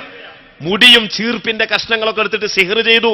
ഒരു പൊട്ടക്കിണറ്റിൽ ആ സിഹ്റിന്റെ ഭാഗമായിട്ട് നബി സല്ലല്ലാഹു അലൈഹി വസല്ലമ തങ്ങൾക്ക് ചില അസ്വാരസ്യങ്ങളുണ്ടായി. ഭാര്യമാരുടെ അരികിൽ ചെല്ലുമെന്ന് തോന്നും, എന്തൊക്കെയോ ചിലതൊക്കെ തോന്നാൻ തുടങ്ങി. ആ ഇസ്ലാം ഇറങ്ങി വന്നുകൊണ്ട് ഖുൽ അഊദു ബിറബ്ബിൽ ഫലഖും ഖുൽ അഊദു ബിറബ്ബിൻ നാസ് എന്നീ സൂറത്തുകൾ ഓതിക്കൊടുത്തുകൊണ്ട് നബിയെ അങ്ങ് ഇത് ഓതിയാൽ മതി ആ സിഹ്റിൽ നിന്ന് രക്ഷപ്പെടാമെന്ന് വിവരമറിയിക്കുന്നത്. ആ സംഭവം സഹീഹുൽ ബുഖാരിയിലുണ്ട്. എന്നാൽ അത് കള്ള ഹദീസാണ്, അത് തിരുകിക്കയറ്റിയ ഹദീസാണ് എന്നിങ്ങനെ സഹീഹുൽ ബുഖാരിയിൽ പോലും വ്യാജ ഹദീസുകളുണ്ടെന്ന് ആരോപണം ഉന്നയിക്കുന്ന ഒരു വിഭാഗം. മറ്റേ വിഭാഗം എന്താണ്? മറ്റേ വിഭാഗം കടുത്ത മുശ്രിക്കീങ്ങളാണ്, ഇസ്ലാമിൽ നിന്ന് പുറത്തുപോയി എന്നുള്ള ആരോപിക്കപ്പെട്ട വിഭാഗം. ഇത് രണ്ടും കൂടി എങ്ങനെ യോജിക്കുക? നമുക്ക് മനസ്സിലാവില്ല. അപ്പൊ എന്റെ പ്രിയപ്പെട്ട സഹോദരന്മാരെ, ഇതിന് കാരണം എന്താണ്? യഥാർത്ഥ തൗഹീദ് എന്താണ്, യഥാർത്ഥ ശിർക്ക് എന്താണെന്ന് മനസ്സിലാവാത്തതുകൊണ്ടാണ്. ലാ ഇലാഹ ഇല്ലല്ലാഹ്, അതാണ് തൗഹീദ്. ഇമാം മാലിക് റളിയല്ലാഹു അൻഹുവിനോട് ചോദിക്കുകയാണ്, മാ ഹദ്ദു തൗഹീദ്, തൗഹീദിന്റെ നിർവചനം എന്താണ്? ഷാഫി ഇമാമിന്റെ ഉസ്താദായ ഇമാം മാലിക് റളിയല്ലാഹു അൻഹുവിനോട് ചോദിക്കപ്പെട്ടു, മാ ഹദ്ദു തൗഹീദ്, എന്താണ് ഏകദൈവ വിശ്വാസത്തിന്റെ നിർവചനം? ആ സമയത്ത് ബഹുമാനപ്പെട്ടവർ പറഞ്ഞതെന്താ? ബഹുമാനപ്പെട്ടവർ പറയുകയാണ്, ഉമിർതു അൻ ഉഖാതിലൻ നാസ ഹത്താ യഖൂലു ലാ ഇലാഹ ഇല്ലല്ലാഹ് ഫഇദാ ഖാലു ലാ ഇലാഹ ഇല്ലല്ലാഹ് അസമൂ മിന്നി ദിമാഅഹും വഅംവാലഹും എന്ന ലാ ഇലാഹ ഇല്ലല്ലാഹ് ഇല്ലേ, ആ ലാ ഇലാഹ ഇല്ലല്ലാഹ് തന്നെയാണ് ഇസ്ലാമിന്റെ തൗഹീദ് എന്ന് പറയുന്നത്. ആ ലാ ഇലാഹ ഇല്ലല്ലാഹ്ക്ക് എതിരായ കാര്യമാണ് അല്ലാഹു അല്ലാതെ ഇലാഹുണ്ട് എന്ന വിശ്വാസത്തെ കുറിച്ചാണ്, ആ അഖീദ മനസ്സിൽ ഉറക്കുന്നതിനെ കുറിച്ചാണ് ശിർക്ക് എന്ന് പറയുക. ഇതറിയാത്ത ആൾക്കാർ പലതും പറയും. അതുകൊണ്ടാണ് നബിദിനാഘോഷം ശിർക്കാണെന്ന് പറയുന്ന ആൾക്കാർ ഒരു 30 കൊല്ലം 1920 മുതൽ 1950 വരേക്കുമുള്ള 30 കൊല്ലക്കാലം ഇവര് പറഞ്ഞെന്താ അറിയോ? നമ്മളെക്കാട്ടിലും കൂടുതലായിട്ട് ഇപ്പൊ ഈ ഇരിക്കുന്ന കാരണവന്മാരൊക്കെ നബിദിനാഘോഷത്തിന് നേതൃത്വം വഹിച്ചുകൊണ്ട് ബാനറിന് മുന്നിൽ ഇങ്ങനെ റബീഉൽ 12 റോഡിലൂടെ ഇങ്ങനെ യുവാക്കളെയും ഉലമാക്കളെയും വിദ്യാർത്ഥികളെയും ആനയിച്ചുകൊണ്ട് നടത്തുന്ന ഈ ശാസ്ത്രീയമായ നബിദിനാഘോഷ പരിപാടിയൊക്കെ വരുന്നതിന് മുമ്പ് 920 മുതൽ 50 വരേക്കുമുള്ള 30 കൊല്ല കാലഘട്ടം ഇവരെന്താ പറഞ്ഞതെന്ന് അറിയോ? നബിദിനാഘോഷം സുന്നത്താണെന്നാ പറഞ്ഞത്. യഥാർത്ഥത്തിൽ നബിദിനാഘോഷം എന്നുള്ളത് സുന്നി മുജാഹിദ് തമ്മിൽ ഒരു തർക്കമല്ല. കാരണം നബിദിനാഘോഷം സുന്നത്താണ്. ഞാനൊരു ചെറിയ ഉദാഹരണം വായിച്ചുതരാം. എന്റെ കയ്യിലുള്ള ഇത്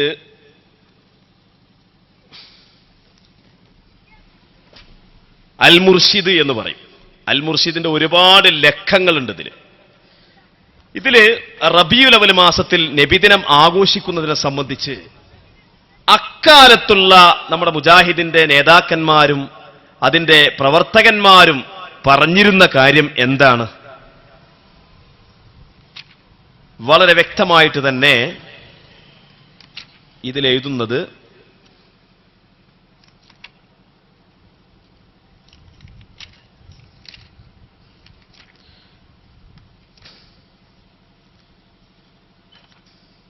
കണ്ടോ? റബീഉൽ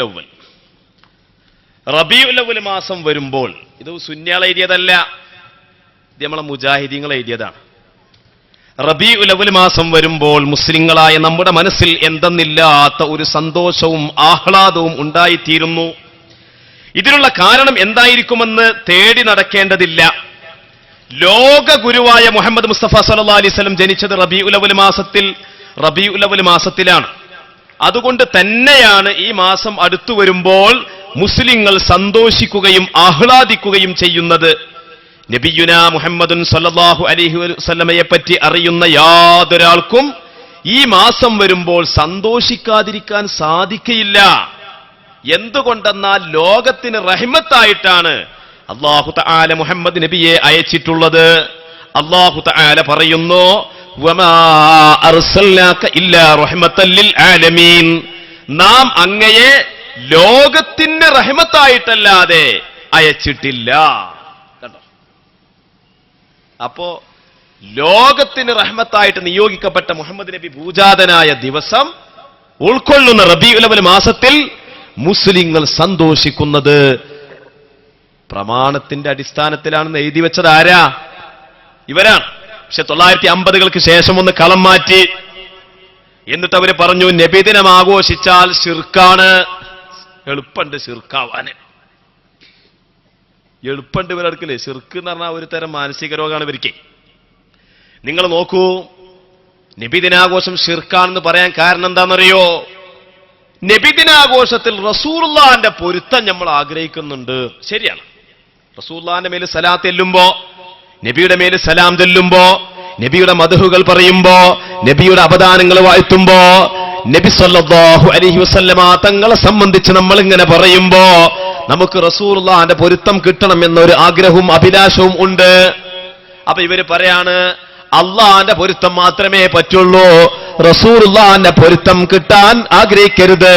അങ്ങനെ ആഗ്രഹിച്ചു പോയാൽ അത് ശിർക്കാണ്. എന്നോട് തന്നെ അങ്ങനെ ഒരു ചോദ്യം വന്നിട്ടുണ്ട് മുമ്പൊരിക്കൽ. അപ്പൊ ഞാൻ ഒരു വലിയൊരു ബടാ മൗലവിയാണ് ആ ചോദ്യം ചോദിച്ചത്. ആളെ പേരൊന്നും ഞാൻ പറയുന്നില്ല. അപ്പൊ ഞാൻ അദ്ദേഹത്തോട് തിരിച്ചു ചോദിച്ചു, എന്നാൽ വളരെ സഹീഹായ ഒരു ഹദീസിൽ പറഞ്ഞിട്ടുണ്ടല്ലോ, റിളല്ലാഹി ഫീ റിളൽ വാലിദൈനി, അല്ലാഹുവിന്റെ പൊരുത്തം എന്ന് പറയുന്നത് മാതാപിതാക്കളുടെ പൊരുത്തത്തിലാണ്.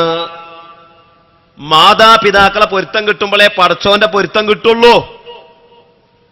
അപ്പൊ ഒരാളിപ്പോ എന്ത് ചെയ്തു? ഒരു മനുഷ്യൻ തന്റെ വൃദ്ധരായ മാതാപിതാക്കളെ അവരുടെ പൊരുത്തം കിട്ടാൻ വേണ്ടി അവർക്ക് നന്നായി പരിചരണം കൊടുത്തു, നല്ല ഭക്ഷണം ഉണ്ടാക്കി കൊടുത്തു, നല്ല ഖിദ്മത്ത് ചെയ്തു കൊടുത്തു, നല്ല മരുന്ന് വാങ്ങിക്കൊടുത്തു. ഇതൊക്കെ ഇബാദത്തുകളാ, പടച്ചോൻ ഭാഗത്തുനിന്ന് കൂലിട്ടുന്ന കാര്യങ്ങളാണ്. ഇങ്ങനെ ഈ പടച്ചോൻ ഭാഗത്തുനിന്ന് കൂലി കിട്ടുന്ന കാര്യങ്ങൾ ചെയ്തപ്പോൾ ഇയാൾ മനസ്സിലെന്ത് വിചാരിച്ചു? എന്റെ ഉമ്മാനി ബാപ്പാന്റെ പൊരുത്തം കിട്ടണമെന്ന് വിചാരിച്ചുകൊണ്ട് ഇതൊക്കെ ചെയ്താൽ, എന്റെ ഉമ്മാന്റെയും ബാപ്പാന്റെയും പൊരുത്തം കിട്ടണമെന്ന് വിചാരിച്ചുകൊണ്ട് ഇക്കാര്യങ്ങൾ ചെയ്താൽ അത് ശിർക്കാണോ മൗലവി? അപ്പൊ മൗലവി ഹദീസ് കണ്ടിട്ടല്ല, ഇവരൊന്നും കാണൂലല്ലോ.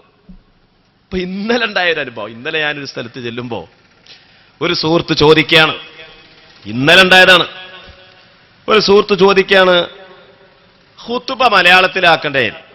ഞാൻ പറഞ്ഞു മലയാളത്തിലാക്കണ്ടേ എന്ന് നമ്മളെങ്ങനെ പറയാ?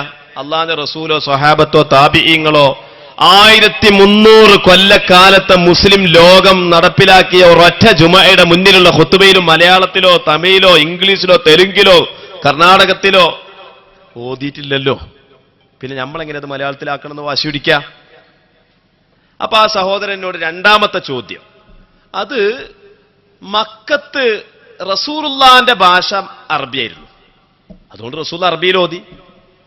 നമ്മൾ മലയാളികളല്ലേ, അതുകൊണ്ട് നമ്മൾ മലയാളത്തിൽ ഓതണം എന്ന് പറഞ്ഞു. അതിന് അദ്ദേഹം ഒരു ഉദാഹരണം പറഞ്ഞു. എന്താണെന്നറിയോ? നബി സല്ലല്ലാഹു അലൈഹി വസല്ലം തങ്ങൾ ഫിത്ർ സക്കാത്ത് കൊടുത്തിരിക്കുന്നത് കാരക്കാണ്. എന്നാ നമ്മളും കാരക്ക കൊടുക്കണം എന്നാ? ചോദ്യം കേട്ടാ തോന്നുന്നു ഇമ്മണി വലിയ ചോദ്യമാണ്. നബി തങ്ങൾ ഫിത്ർ സക്കാത്ത് കൊടുത്തത് കാരക്കയാണ്, അപ്പൊ നമ്മളും കാരക്ക കൊടുക്കണമെന്നോ? അപ്പൊ ഞാൻ പറഞ്ഞു, സഹോദരാ, നബി തങ്ങൾ ഫിത്ർ സക്കാത്ത് കൊടുക്കുമ്പോ എന്താ പറഞ്ഞതെന്നറിയോ? ബുഖാരിയിലും മുസ്ലിമിലും കാണാം, കുന്നാ ഫീ സമനിൻ നബി സല്ലല്ലാഹു അലൈഹി വസല്ലം നുഖ്രിജു സകാത സാഅം മിൻ തആം ഔ സാഅം മിൻ തംറിൻ ഔ സാഅം മിൻ സബീബിൻ ഔ സാഅം മിൻ ശഈരിൻ ഔ സാഅം മിൻ അഖ്തിൻ ഔ കമാ ഖാൽ. സഹാബിമാർ പറയുകയാണ്, ഞങ്ങൾ റസൂലുള്ളാഹിന്റെ അരികിൽ, റസൂലുള്ളാഹിന്റെ കാലത്ത്, റസൂലുള്ളാഹിന്റെ സാന്നിധ്യത്തിൽ ഞങ്ങൾ സക്കാത്ത് കൊടുക്കാറുണ്ടായിരുന്നു. എന്താണോ മുഖ്യഭക്ഷണം, ആ മുഖ്യഭക്ഷണത്തിൽ നിന്നൊരു ആണ്. അത് ചിലപ്പോ കാരക്കയാവാം, ചിലപ്പോ ഗോതമ്പമാവാം, ഈത്തപ്പഴമാവാം, ചിലപ്പോ മുന്തിരിയാവാം, ചിലപ്പോ മറ്റുള്ള ഭക്ഷ്യവസ്തുക്കളാവാം. അതേസമയത്ത് ഖുതുബനെ പറ്റി അങ്ങനെ പറഞ്ഞിട്ടുണ്ടോ? ഞങ്ങളോട് നബി സല്ലല്ലാഹു അലൈഹി വസല്ലം തങ്ങൾ ഖുതുബ ഓതാൻ വേണ്ടി പറഞ്ഞത് അറബികളാകുമ്പോ അറബി ഭാഷയിൽ, മലയാളികളാകുമ്പോ മലയാള ഭാഷയിൽ, തമിഴ്നാട്ടിലേക്ക് ചെന്നാൽ തമിഴ് ഭാഷയിൽ, അതുപോലെ ശ്രീലങ്കയിലേക്ക് പോയാൽ സിംഹള ഭാഷയിൽ എന്ന് പറഞ്ഞിട്ടുണ്ടോ? അപ്പൊ അത് തമ്മിൽ താരതമ്യം ചെയ്യാൻ പറ്റില്ല. അത് രണ്ടും രണ്ടാണ്. അത് തമ്മിൽ താരതമ്യം ചെയ്യാൻ പറ്റൂല. അപ്പൊ ഒരിക്കലും തന്നെ എന്തല്ല ഇത്തരം ചോദ്യങ്ങൾക്കൊന്നും ഒരു അർത്ഥമില്ല. അപ്പൊ നബി സല്ലല്ലാഹു അലൈഹി വസല്ലം തങ്ങളുടെ പൊരുത്തം അഭിലഷിക്കുന്നത് കൊണ്ട് ശിർക്കാണ്. ശിർക്ക് മാത്രമല്ല, അത് ബിദ്അത്ത് കൂടിയാണ് എന്നാ അവര് പറയുന്നത്. മൂർഖം പാമ്പ് മാത്രമല്ല, അത് നീർക്കോലും കൂടിയാണ്. 2008 ഇസ്ലാഹ് മാസികയുടെ മാർച്ച് ലക്കത്തിൽ എഴുതുകയാണ്. എന്താണെന്നറിയോ? നബിദിനാഘോഷം ശിർക്ക് മാത്രമല്ല, അത് ബിദ്അത്ത് കൂടിയാണ്. ഇവരെ വിചാരം ശിർക്കിനെക്കാട്ടിലും വലുതാ ബിദ്അത്ത് എന്നാ. മൂർഖം പാമ്പിനെക്കാട്ടിലും വിഷണ്ട് നീർക്കോലിക്ക് എന്ന് പറയുന്ന മാതിരിയാണ്. മൂർഖം പാമ്പിനേക്കാളും വിഷം നീർക്കോലിക്ക് ഉണ്ടാവോ?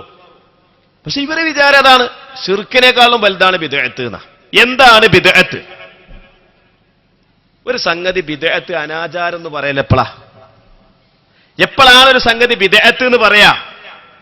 ബിദ്അത്ത് എന്ന് പറയണമെന്നുണ്ടെങ്കിൽ രണ്ട് നിബന്ധന ഉണ്ടാകുമ്പോൾ മാത്രമേ ഒരു കാര്യം ബിദ്അത്താകുള്ളൂ. അപ്പൊ ഞാൻ നിങ്ങളോട് വയല് പറയാണ്. ഈ വയല് പറയുന്ന സമയത്ത് ഇവിടെ ഒരു സ്റ്റാൻഡ് വെച്ചിട്ടുണ്ട്, ഇവിടെ ഒരു സ്റ്റേജ് ഉണ്ടാക്കിയിട്ടുണ്ട്, രണ്ട് ഭാഗത്തും മൈക്കയുണ്ട്. ഇതൊക്കെ ബിദ്അത്താണെന്ന് പറയാൻ പറ്റുമോ? ഇതൊക്കെ റസൂലുള്ളാഹിന്റെ കാലത്തില്ല, അതുകൊണ്ട് ബിദ്അത്താണെന്ന് പറയാൻ പറ്റുമോ? പറ്റുകയില്ല. അല്ലാഹുവിന്റെ റസൂൽ നമ്മെ പഠിപ്പിച്ചത് എന്താണ്? മൻ അഹ്ദസ ഫീ അംരിനാ ഹാദാ മാ ലൈസ മിൻഹു ഫഹുവ റദ്ദുൻ. ആരെങ്കിലും നമ്മുടെ ഈ കാര്യത്തിൽ ഒരു പുതുതായത് ഉണ്ടാക്കിയാൽ, പഴയ കാലത്തില്ലാത്ത ഒരു രീതി പുതിയതായി തുടങ്ങിയാൽ തെറ്റാണെന്നല്ല. മാ ലൈസ മിൻഹു, അത് ദീനിനെതിരാണെങ്കിൽ ഫഹുവ റദ്ദുൻ, അത് തെറ്റാണ്. അപ്പോ പുതിയതാവണം, ദീനിനെതിരാവണം. പുതിയതാവണം, ദീനിനെതിരാവണം. ഇത് രണ്ടും സംഗമിക്കുമ്പോഴാണ് ഒരു കാര്യം തെറ്റാവുക, ഒരു കാര്യം ചീത്തയാവുക, ഒരു കാര്യം അനാചാരമാവുക. നബിദിനാഘോഷത്തിൽ എന്താ സംഭവിക്കുന്നത്? നബി സല്ലല്ലാഹു അലൈഹി വസല്ലം തങ്ങളുടെ ജനനം അതൊരു വലിയ സംഭവമായിട്ടാണ് സുന്നികൾ കാണുന്നത്. മുജാഹിദുകളൊക്കെ പറയുന്നത് എന്താണ്? നബിയുടെ ജനനത്തിൽ ഇപ്പൊ എന്താ, നമ്മളെ ഉമ്മയും ബാപ്പയൊക്കെ നമ്മളെ പ്രസവിച്ചതുപോലെ ഈ ഭൂമിയിലേക്ക് ഇങ്ങോട്ട് പ്രസവിച്ച് പെറ്റു ചാടി എന്നതിൽ കവിഞ്ഞ് എന്തോ ഒരു പ്രത്യേകതയും ഇല്ല. ജനനം അതിന് വലിയൊരു പ്രത്യേകതയും സവിശേഷതയും ഒന്നും ഇല്ല എന്നാണ് അവർ പറയുന്നത്. എന്നാൽ ഇത് മൂന്ന് നിലയ്ക്ക് ഇത് തെറ്റാണ്.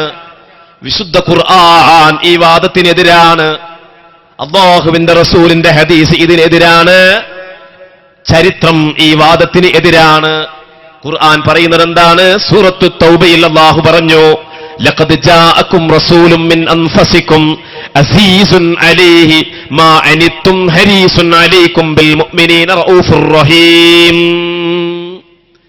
ലഖദ് ജാഅകും റസൂലും മിൻ അൻഫുസികും, നിങ്ങളിൽ നിന്ന് ഒരു റസൂൽ നിങ്ങൾക്ക് സമാഗതമായി.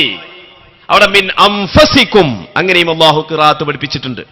നിങ്ങളിൽ ഏറ്റവും പരിശുദ്ധനായ വ്യക്തിയിൽ നിന്ന് ഈ റസൂല് വന്നു. എന്താണ് അതിന്റെ അർത്ഥം? എന്താണ് ആ പറഞ്ഞതിന്റെ അർത്ഥം? ആമിന ബിബി റളിയല്ലാഹു അൻഹായുടെ ഗർഭധാരണത്തെ കുറിച്ചാണ് ആ പറയുന്നത് എന്ന് മുഫസ്സിരീങ്ങൾ പഠിപ്പിക്കുകയാണ്. അപ്പൊ നബി സല്ലല്ലാഹു അലൈഹി വസല്ലമ തങ്ങളുടെ ജനനം എന്ന് പറയുന്നത് പരിശുദ്ധമാണ്, പവിത്രമാണ്, അത് കളങ്കമില്ലാത്തതാണ്, അത് അതിശ്രേഷ്ഠമായ മഹാസംഭവമാണ് എന്ന് അല്ലാഹു തആല നമ്മെ പഠിപ്പിക്കുകയാണ്. തീർന്നില്ല. ബഹുമാനപ്പെട്ട സഹാബിമാർ നബി സല്ലല്ലാഹു അലൈഹി വസല്ലമ തങ്ങളോട് ചോദിച്ചു, സുഇല അൻ യൗമിൽ ഇസ്നൈനി, നബിയെ തിങ്കളാഴ്ച ദിവസത്തിൽ നോമ്പ് നോൽക്കുന്നില്ലേ? തിങ്കളാഴ്ച ദിവസത്തിലുള്ള നോമ്പ് എന്താണ് അതിന്റെ പ്രത്യേകത? തിങ്കളാഴ്ച ദിവസത്തിലുള്ള നോമ്പ് സുന്നത്തായ നോമ്പാണ്. ആ നോമ്പ് ഞായറാഴ്ചയിലേക്ക് മുന്തിക്കാൻ പാടില്ല. ഞായറാഴ്ചയിലേക്ക് മുന്തിക്കൽ ഹറാമാണ്. ഇപ്പൊ നാളെ സുബീക്കത്തെ ബാങ്ക് ഇപ്പൊ തന്നെ കൊടുക്കൽ ഹറാമല്ലേ? പള്ളിക്കന്നുണ്ട് ഇങ്ങനെ ബാങ്ക് കേൾക്കണം, സ്വലാത്തു ഖൈറും മിനൻ നൗം.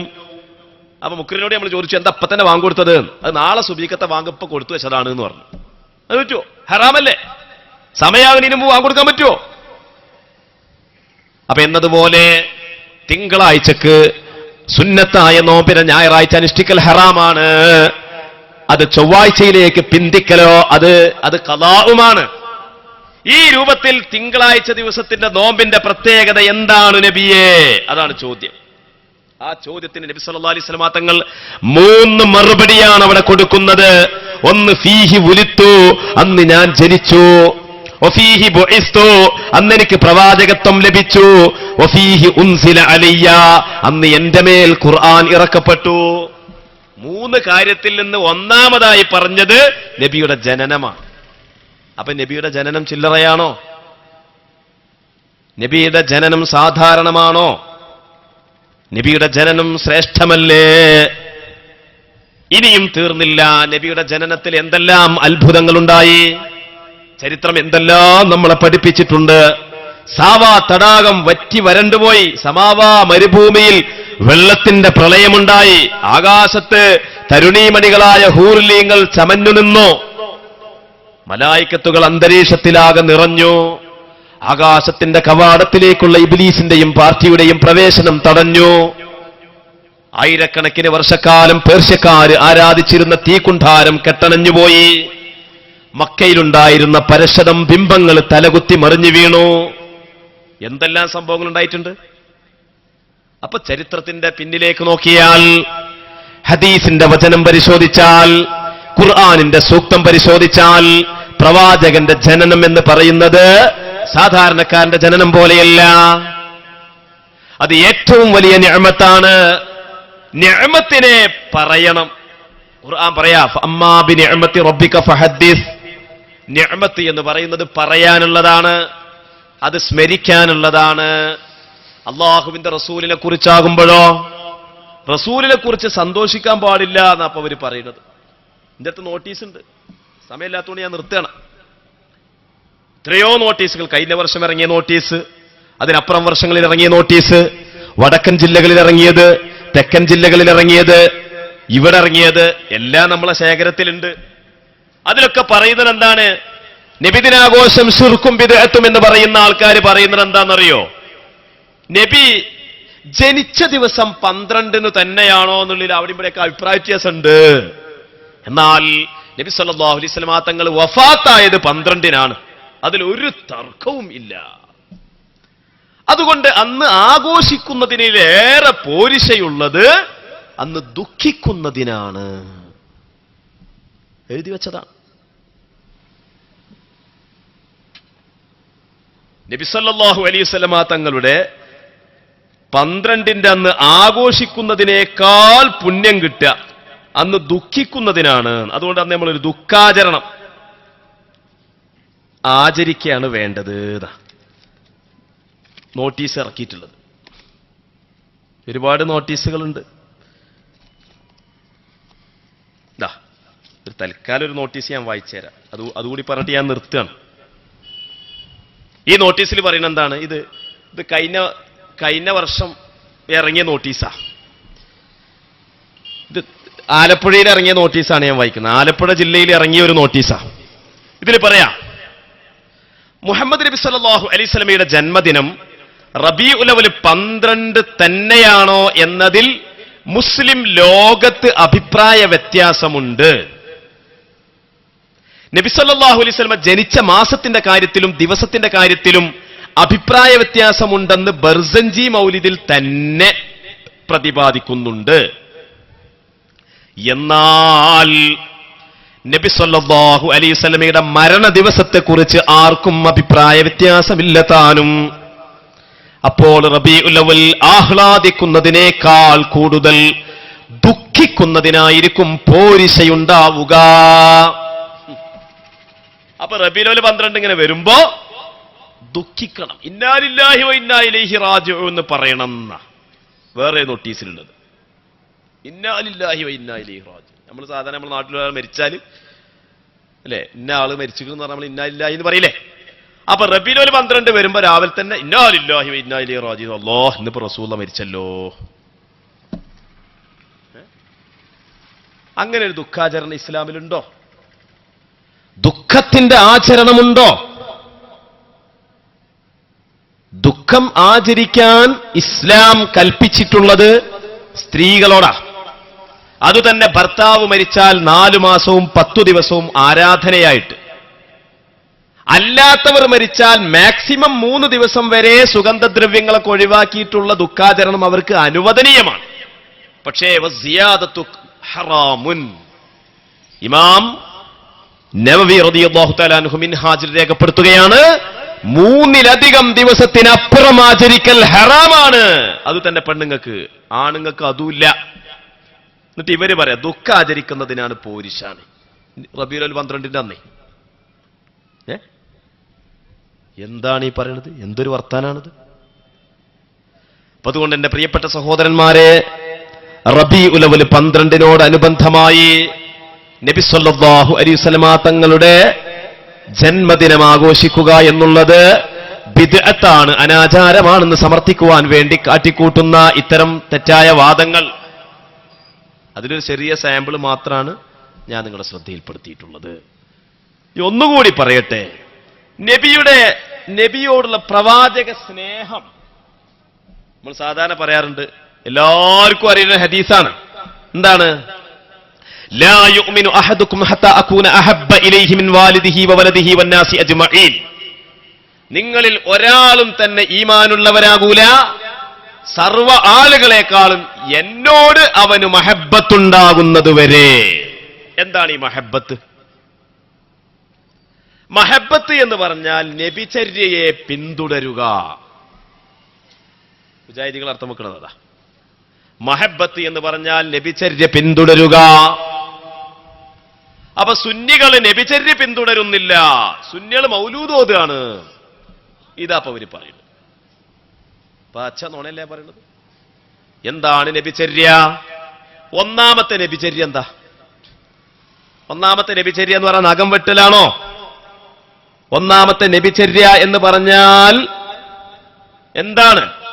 ഒന്നാമത്തെ നബിചര്യ ലാ ഇലാഹ ഇല്ലല്ലാഹ് മുഹമ്മദുർ റസൂലുള്ളാഹ്. അത് മനസ്സിലുറപ്പിക്കലല്ലേ? മലക്കുകളെ കൊണ്ടുള്ള ഈമാൻ, അന്ത്യനാളുകൊണ്ടുള്ള ഈമാൻ, പ്രവാചകന്മാരെ കുറിച്ചുള്ള ഈമാൻ, അത്തരം ഈമാനുകൾ മനസ്സിലുറപ്പിക്കലല്ലേ? 5 നേരത്തെ നിസ്കാരമല്ലേ? റമദാനിലുള്ള നോമ്പല്ലേ? സകാത്തിന്റെ ദാനമല്ലേ? ഹജ്ജിന്റെ നിർവഹണമല്ലേ? ഇത് സുന്നിയാൾ ചെയ്യുന്നില്ല എന്ന് പറയാൻ പറ്റുമോ? അപ്പൊ നബി പറഞ്ഞത് കേൾക്കുക, നബിയെ പിന്തുടരുക, അത് ഒരു ഹുബ്ബാണ്. അത് മാത്രമാണോ ഹുബ്ബ്? അത് മാത്രമാണോ ഹുബ്ബ്? അത് മാത്രമല്ല, നബി സല്ലല്ലാഹു അലൈഹി വസല്ലമ തങ്ങളുടെ അപദാനങ്ങൾ വാഴ്ത്തുക, നബിയെ സംബന്ധിച്ച് അവിടുത്തെ മദ്ഹുകൾ പറയുക, നബിയുടെ സലാത്ത് ചൊല്ലുക, നബിയുടെ മേൽ സലാം ചൊല്ലുക, അത് പെരുപ്പിക്കുക, ഇതെല്ലാം ഹുബ്ബ് തന്നെയാണ്. ഒരൊറ്റ ഉദാഹരണം പറയാം. മഹദിയായ ഖദീജ ബിബി റളിയല്ലാഹു അൻഹാ, അല്ലാഹുവിന്റെ റസൂലിനെ സംബന്ധിച്ചിടത്തോളം ഏറ്റവും പ്രധാനപ്പെട്ട നബിയുടെ ഭാര്യയായ ഖദീജ ബിബി റളിയല്ലാഹു അൻഹ മക്ക കാലഘട്ടത്തിൽ വഫാത്തായപ്പോൾ പിന്നീട് ആയിഷ ബീവിയൊക്കെ വിവാഹം കഴിച്ചതിന് ശേഷം നബി സല്ലല്ലാഹു അലൈഹി വസല്ലമ തങ്ങൾ പലപ്പോഴും നബി സല്ലല്ലാഹു അലൈഹി വസല്ലമ തങ്ങൾ ആടിനെ അറുക്കാറുണ്ടായിരുന്നു.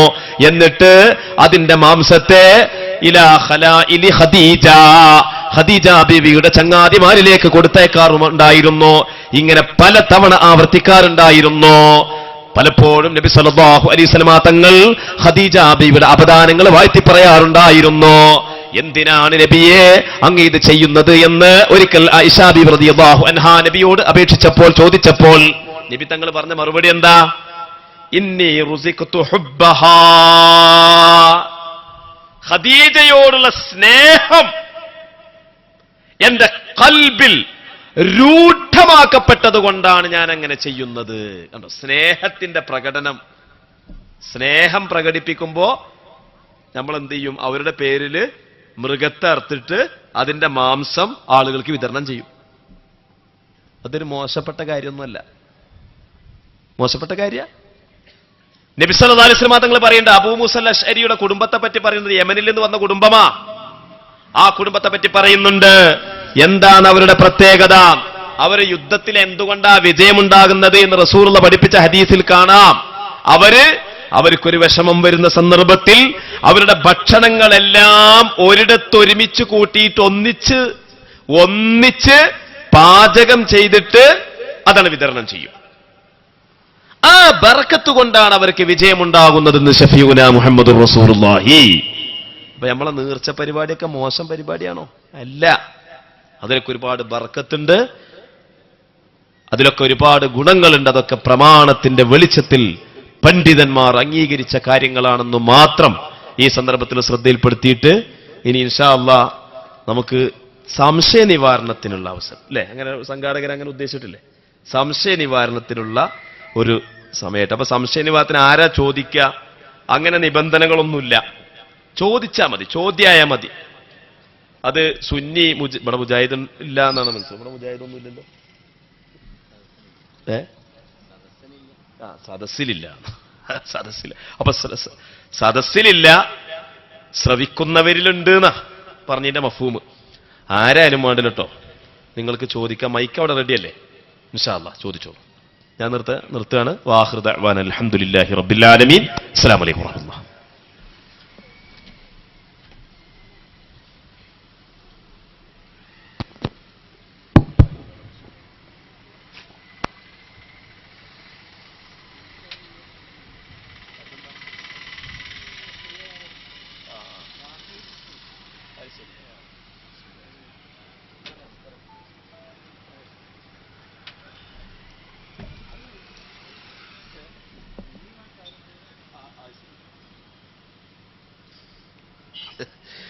ഇതില് പിന്നെ എഴുതി വന്ന ചോദ്യം, അതിപ്പോ ഇവിടെ വായിക്കുന്നത് ഇതുമായി ബന്ധപ്പെട്ടതല്ല.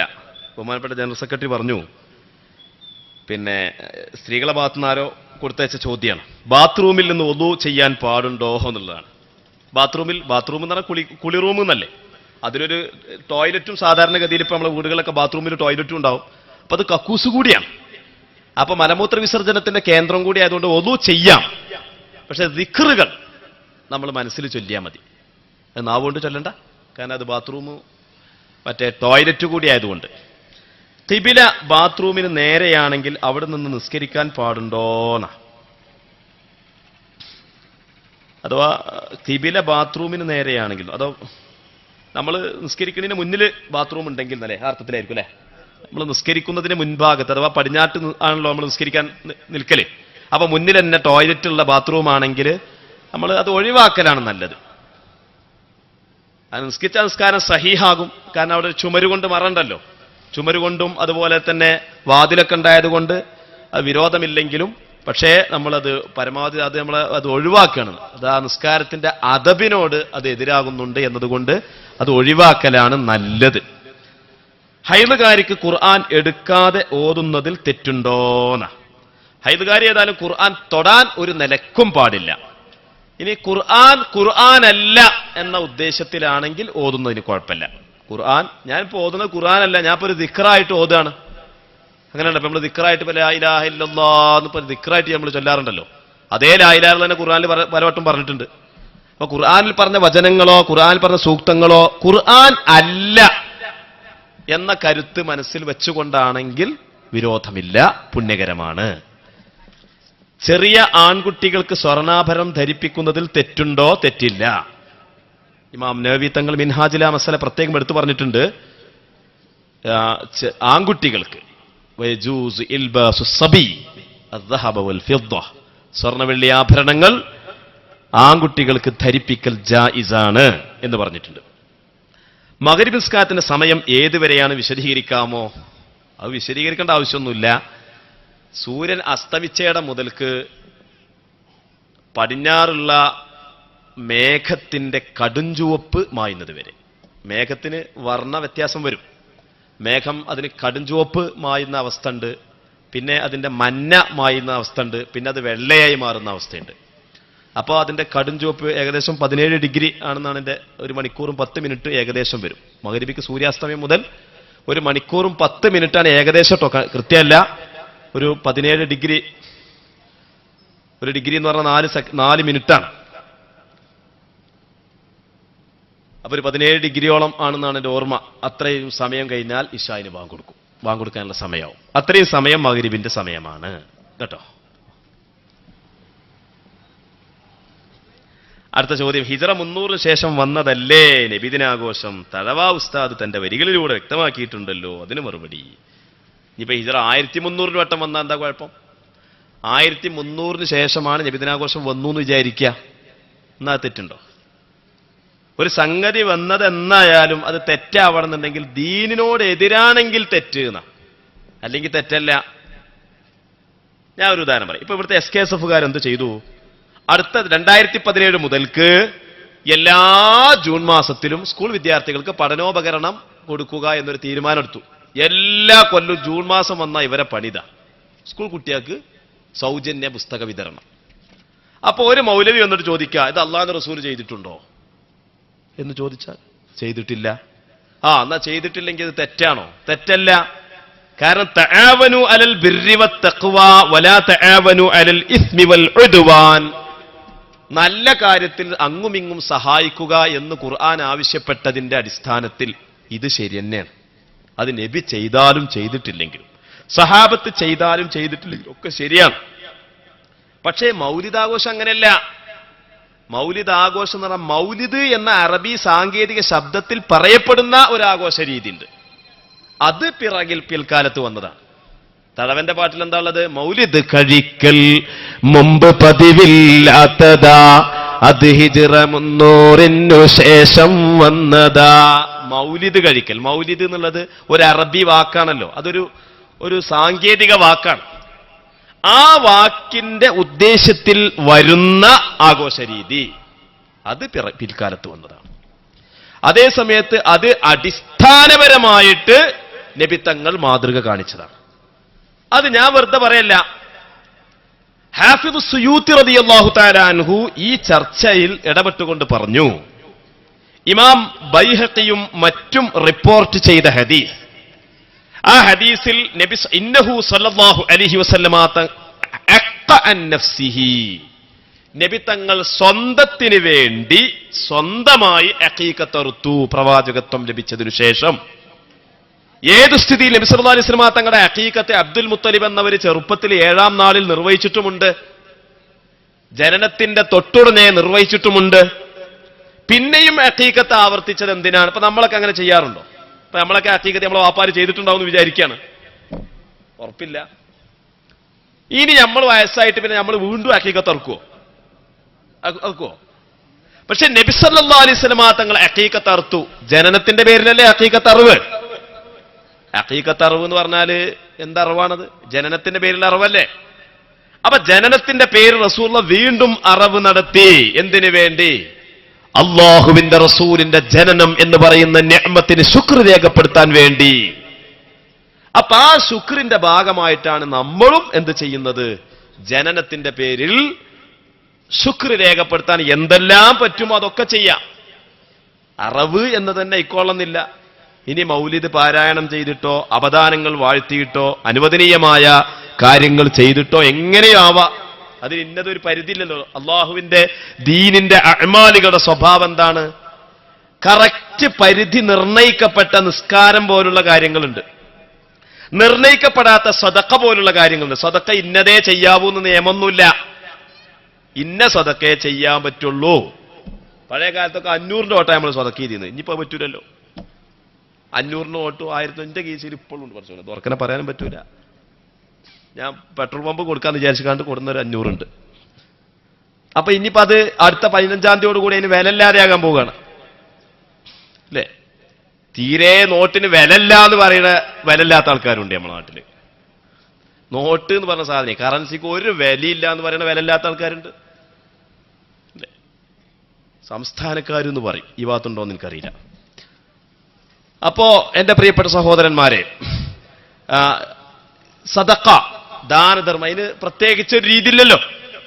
നോട്ട് കൊണ്ടാവാം, പിന്നെ ഭക്ഷണം കൊണ്ടാവാം, ഫലവർഗങ്ങളെ കൊണ്ടാവാം, പലതുകൊണ്ടുമാവാം, ഉപകരണങ്ങളെ കൊണ്ടാവാം, പാഠപുസ്തകങ്ങളെ കൊണ്ടാവാം. അപ്പൊ എന്നതുപോലെ നബി സല്ലല്ലാഹു അലൈഹി വസല്ലമ തങ്ങളുടെ ജനനത്തിലുള്ള ശുക്രിന്റെ പ്രവർത്തനം പല രൂപത്തിലും ആവാം എന്ന് ഇമാം സുയൂത്തി റളിയല്ലാഹു തആല അൻഹു അവിടുത്തെ അൽ ഹാവിയിൽ ഫതാവയിൽ കൃത്യമായി വിശദീകരിക്കുകയാണ്. അടുത്ത ചോദ്യം ഉണ്ടെങ്കിൽ വരി, അല്ലെങ്കിൽ പിന്നെ നമുക്ക് പിരിച്ചുവിടാം.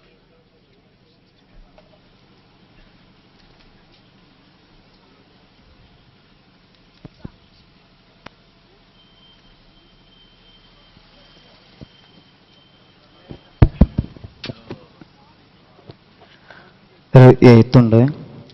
നേരത്തെ ഇവിടെ സൂചിപ്പിച്ച മുസ്ലിങ്ങൾക്ക് ദുഃഖാചരണം 3 ദിവസം വരെ അനുവദനീയമാണ് എന്ന്. എന്നാൽ മരിച്ച 7ാം നാൾ അടിയന്തരം കഴിക്കുന്നതിന് ദുഃഖാചരണം അല്ലേ? വിശദീകരിക്കുക. അല്ല എന്നാണ്. മരിച്ചതിന്റെ ശേഷം നമ്മൾ ചെയ്യുന്നത് ഭക്ഷണമുണ്ടാക്കിയിട്ട് തിന്നാൻ വേണ്ടി ആൾക്കാരെ ക്ഷണിക്കല്ല. പുതിയാപ്പള സൽക്കാരം നടത്തുമല്ലോ നമ്മള്. പുതിയാപ്പള സൽക്കാരം എന്ന് പറഞ്ഞാൽ പെരയിൽ നല്ല ഭക്ഷണം ഉണ്ടാക്കിയിട്ട് കോഴിയിറച്ചിയും മാട്ടിറച്ചിയൊക്കെ അങ്ങനെ ഉണ്ടാക്കിയിട്ട് പുതിയാപ്പളിനോടും പുതിയണ്ണിനോടും തിന്നാൻ വരാൻ വേണ്ടി പറയാം. ആ പരിപാടിയല്ല ഇത്. മയ്യത്തിന് വേണ്ടി ദുആർക്കാനും ഹദിയ ചെയ്യാനും ഖുർആൻ ഓതാനും ഒരുമിച്ച് കൂടുകയാണ്, ദിക്ർ ചൊല്ലാൻ. അവർക്ക് ഭക്ഷണം ഉണ്ടാക്കി കൊടുക്കുകയാണ്. തമ്മിൽ വ്യത്യാസമുണ്ട്. മയ്യത്തിന്റെ പേരിൽ ഒരുമിച്ച് കൂടിയവർക്ക് ഭക്ഷണം ഉണ്ടാക്കി കൊടുക്കലും ഭക്ഷണമുണ്ടാക്കിയതിലേക്ക് ഒരുമിച്ച് കൂടലും തമ്മിൽ വ്യത്യാസമുണ്ട്. അടിസ്ഥാനപരമായ വ്യത്യാസമാണത്. അത് മനസ്സിലാക്കാൻ വലിയ ബുദ്ധിയൊന്നും വേണ്ട. അപ്പോ മരണാനന്തര പരിപാടിയുടെ വിഷയം എന്താന്ന് വെച്ച് കഴിഞ്ഞാൽ അതിന്റെ ഹദീസ് ഞാൻ നിങ്ങളുടെ മുമ്പിൽ വെക്കാം. ഇമാം സുയൂത്തി റളിയല്ലാഹു തആല അൻഹു അവിടുത്തെ ഹാവിലിൽ ഫത്താവയിൽ 10-15 പേജ് തന്നെ ആ ചോദ്യത്തിന് മറുപടി പറയുന്നുണ്ട്. ഏതാണ് ഹദീസ്?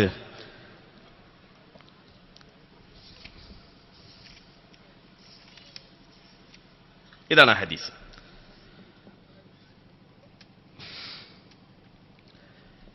وأن طاؤوس قال إن الموتى يفتنون في قبورهم 7 ويستحبون أن يطعموا عنهم تلك الأيام.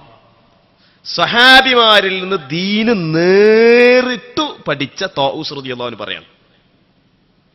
എന്താ പറയുന്നത്? ഇന്നൽ മൗത, മരിച്ചവർ, യുഫ്തനൂന ഫീ ഖുബൂരിഹിം, അവരുടെ ഖബറുകളിൽ അവർക്ക് ഒരുപാട് ബുദ്ധിമുട്ടുകൾ വരും. 7 ആദ്യത്തെ 7 ദിവസം. വയസ്തഹിബ്ബൂന, അപ്പ സ്വഹാബിമാർ താൽപര്യപ്പെടാറുണ്ടായിരുന്നു അൻ യുത്ഇമു അൻഹും, മരിച്ചവരുടെ പേരിൽ ഭക്ഷണമുണ്ടാക്കി കൊടുക്കാൻ. തിൽക്കൽ അയ്യാമ, ആ ദിവസങ്ങളിൽ. അത് ദുഃഖത്തിന് വേണ്ടി ഇങ്ങോട്ട് ദുഃഖം ആചരിക്കാനല്ല, മറിച്ച് ദുഃഖത്തിന്റെ പേരിലല്ല ഒരുമിച്ച് കൂടുന്നത്. ദുഃഖം വർദ്ധിപ്പിക്കാൻ വേണ്ടി ഒരുമിച്ച് കൂടുകയാണോ? ദുഃഖം പ്രകടിപ്പിക്കാൻ വേണ്ടി ഒരുമിച്ച് കൂടുക. ദുഃഖം പ്രകടിപ്പിക്കാൻ പാടില്ല എന്ന്. ഇപ്പൊ നമ്മുടെ നാട്ടിലൊരു ഒരാൾ മരിച്ചാലേ കറുത്ത കൊടി കെട്ടുന്ന പരിപാടിയില്ലേ? പാടില്ല. കറുത്ത കൊടി ഇട്ടുകാണ്ട് അല്ലെങ്കിൽ മൗനജാഥ നടത്തുന്ന ആൾക്കാരില്ലേ? തെറ്റാണ്. ദുഃഖത്തിന്റെ ആചരണം പാടില്ല. ഇത് ദുഃഖത്തിന്റെ ആചരണമല്ല. ഇത് മരിച്ചവന് പരലോകത്ത് പുണ്യം ലഭിക്കുവാൻ വേണ്ടിയുള്ള പ്രവർത്തനമാണ്. അതാണ് ആ ചോദ്യത്തിന് മറുപടി. ശരീഅത്ത് വിഷയത്തിൽ പുത്തൻവാദികളുമായി സഹകരിക്കുമ്പോൾ മുത്തലാഖിലുള്ള അവരുടെ അഭിപ്രായത്തെ അംഗീകരിക്കലാവില്ലേ? സദസ്സിന് ചോദിക്കാം.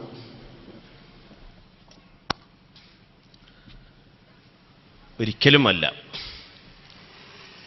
മുത്തലാഖ് ഉൾപ്പെടെയുള്ള വിഷയത്തിൽ ഇസ്ലാമിക ശരീഅത്തിനെ ഒരളവിലും വ്യതിചലിപ്പിക്കാനും ഭേദഗതിപ്പെടുത്താനും അനുവദിക്കില്ല എന്നാണ് ഈ പറഞ്ഞ സംഗമങ്ങളിലൊക്കെ ഉണ്ടായിട്ടുള്ളത്. ഇപ്പൊ മുസ്ലിം പേഴ്സണൽ ലോ ബോർഡിൽ മുത്തലാഖിനെ എതിർക്കുന്ന ആളുകളുണ്ട്, മുസ്ലിം സംഘടനകൾ എന്ന് പറയപ്പെടുന്ന പലരും.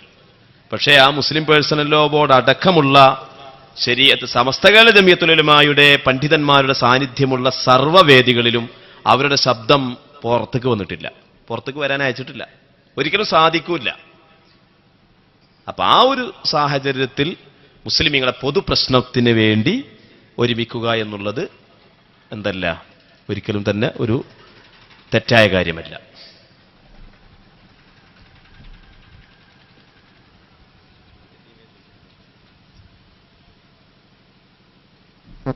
സദസ്സിന് ചോദിക്കാം.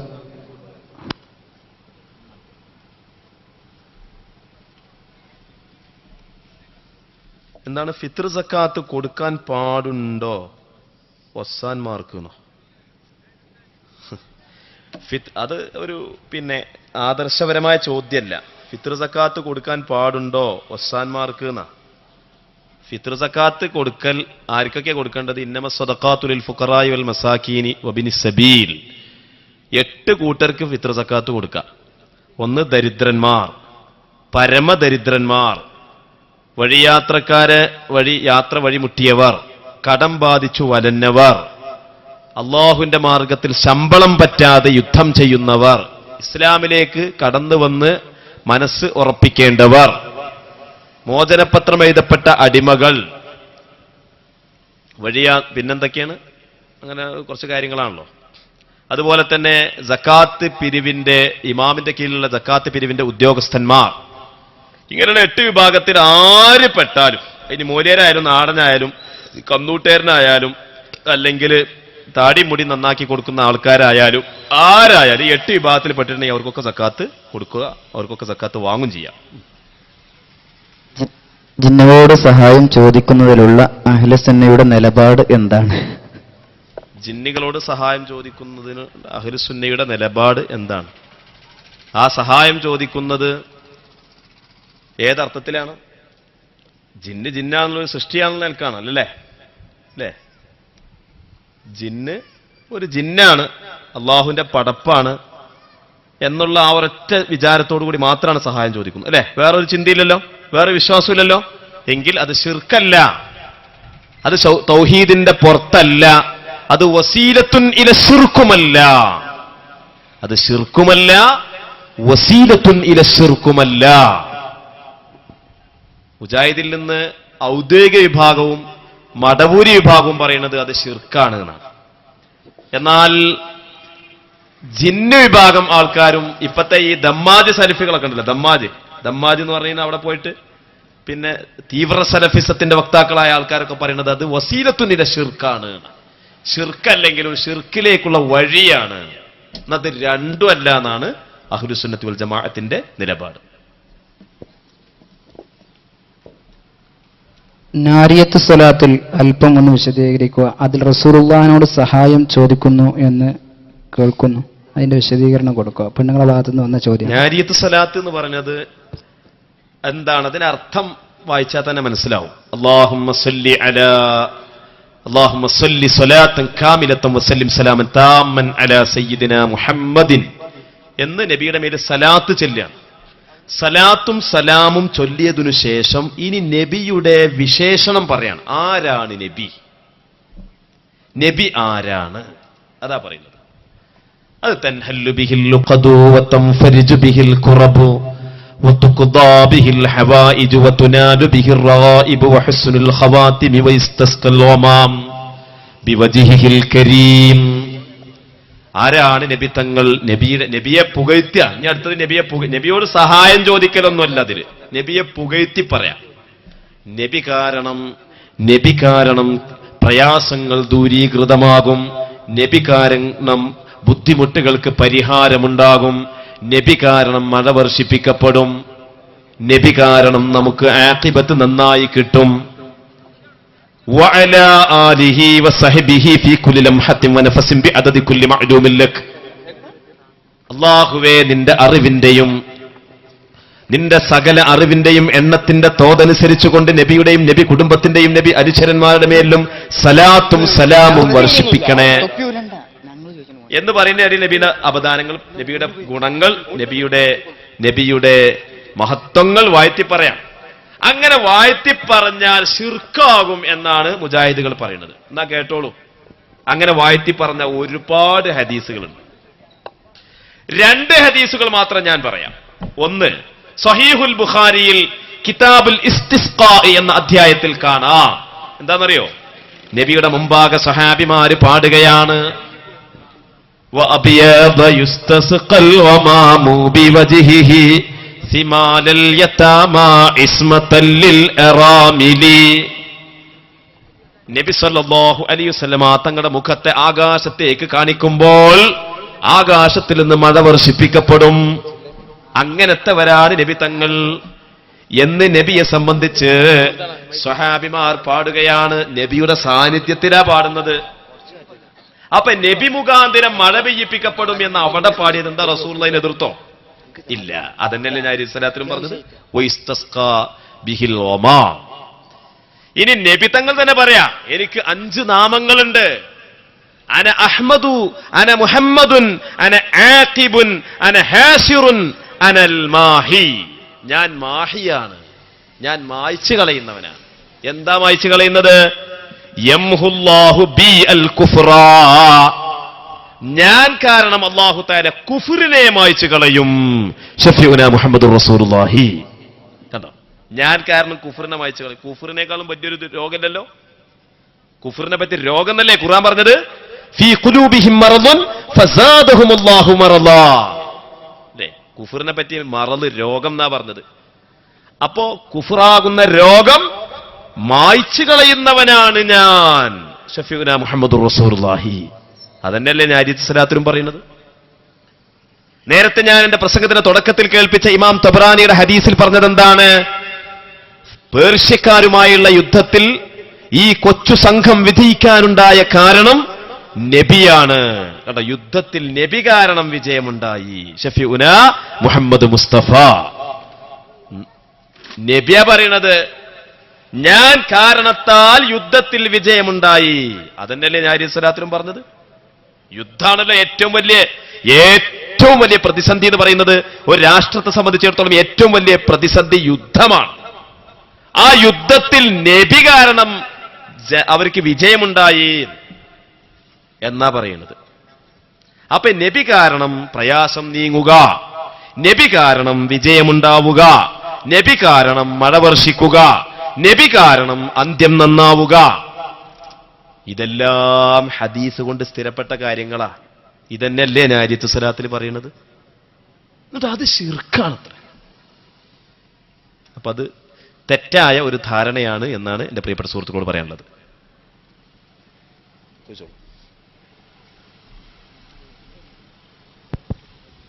പേര് വ്യക്തമാക്കണം ചോദിക്കുന്നവര്.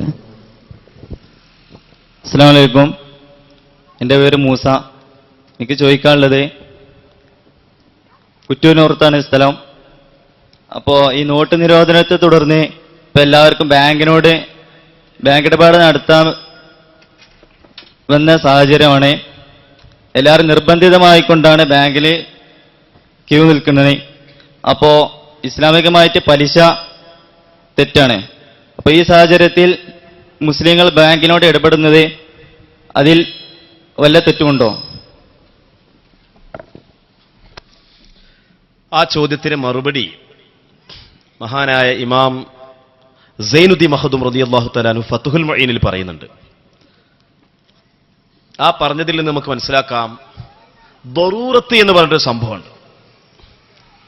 ദറൂറത്ത് എന്ന് പറഞ്ഞാൽ ഒരു മനുഷ്യന് ഒഴിച്ചുകൂടാൻ പറ്റാത്ത അടിയന്തിരമായ ബുദ്ധിമുട്ട്, അത്യാസന്നമായ ബുദ്ധിമുട്ട്, അസഹനീയമായ ബുദ്ധിമുട്ട് എന്ന് മലയാളത്തിൽ പരിഭാഷപ്പെടുത്താം. അസഹനീയമായ ബുദ്ധിമുട്ട് അനുഭവപ്പെടുകയാണെങ്കിൽ നമ്മൾ എന്ത് ചെയ്യാം? ആ പലിശ ഇടപാടിന്റെ സ്ഥാപനവുമായിട്ട് ബന്ധപ്പെടാം എന്ന് പറയുന്നുണ്ട്. അപ്പൊ നമുക്കിവിടെ ബുദ്ധിമുട്ടുണ്ടോ എന്ന് ചോദിച്ചു കഴിഞ്ഞാൽ, ഒരു ഭരണകൂടം പാസ്സാക്കി കഴിഞ്ഞാൽ പ്രജകളായ പൗരന്മാരായ നമുക്ക് വഴിപ്പെടില്ലാതെ നിർവാഹമില്ല. ഇത്ര പണത്തിലധികം ഒരു പൗരൻ കൈവശം വെക്കാൻ പാടില്ല എന്നൊരു നിയമം. അതല്ലെങ്കിൽ പണം ഒരിക്കലും തന്നെ ഇനി നിരോധിച്ച പണം ഉപയോഗിക്കാൻ പാടില്ല. അത് നിർബന്ധമായിട്ടും ഗവൺമെന്റിലേക്ക് തിരിച്ചേൽപ്പിക്കേണ്ടതാണ് എന്ന് ഭരണാധികാരി, ഇനി BJPന്റെ ഭരണാധികാരി ആയാലും വേണ്ടില്ല, ഏത് ഭരണാധികാരി ആയാലും വേണ്ട, ഭരണകൂടം നമ്മളെ നിർബന്ധിക്കുകയും അതിൽ നിന്ന് മാറാൻ നമുക്ക് യാതൊരു സാഹചര്യവും ഇല്ലാതെയാവുകയും ചെയ്താൽ നമുക്ക് നമ്മുടെ പണം ബാങ്കിലിടാം. പക്ഷേ ബാങ്കിലിടുമ്പോൾ അവിടെ നമ്മൾ ശ്രദ്ധിക്കാനുള്ളത്, ബാങ്കിൽ ഇപ്പോൾ ഒരു ഓപ്ഷൻ ഉണ്ട്. എനിക്ക് പലിശ വേണ്ട എന്ന് എഴുതി കൊടുത്താൽ പിന്നെ അതിന് പലിശ നമ്മുടെ അക്കൗണ്ടിൽ ചേരൂലെന്നാ. പിന്നെ അവര് പലിശ എന്തേലും ആയിക്കോട്ടെ, നമ്മൾ നിർബന്ധമായിട്ട് എഴുതി കൊടുക്കുക, ഇത് പലിശ രഹിത അക്കൗണ്ടാണ് എനിക്ക് വേണ്ടത്, എനിക്ക് പലിശ വേണ്ടാന്ന് എഴുതി കൊടുത്താൽ മതി. അങ്ങനെ ഒരു ഓപ്ഷൻ ഉണ്ട്. ഇനി സുപ്രീം കോടതി ഇസ്ലാമിക് ബാങ്കിംഗ് എന്ന പേരിൽ തികച്ചും എല്ലാ നിലക്കും നിയമാനുസൃതമായ ഇസ്ലാമിക് ബാങ്കിങ്ങിന്റെ സ്വഭാവത്തിലുള്ള ബാങ്കിംഗ് സിസ്റ്റം കൊണ്ടുവരാൻ വേണ്ടി ശ്രമിച്ചുകൊണ്ടിരിക്കുകയാണ്. അത് വന്നാൽ പിന്നെ ഒന്നും കൂടി നമുക്കത് എളുപ്പമാവും, പിന്നെ അതേറ്റ് ബന്ധപ്പെട്ടാൽ മതി. അതിന് മുമ്പായിട്ട് പലിശ വേണ്ട എന്ന കണ്ടീഷനോടുകൂടി ഈ ദറൂറത്ത് ഉണ്ടായതുകൊണ്ട്, അഥവാ അസഹനീയമായ ഒരു സാഹചര്യം നമ്മൾക്ക് ബന്ധപ്പെട്ടതുകൊണ്ട് ബന്ധപ്പെടുന്നതിന് വിരോധമില്ല. അതുകൊണ്ടാണ് പണ്ഡിതന്മാർ ആ വിഷയത്തിൽ പ്രതികരിക്കാത്തത്.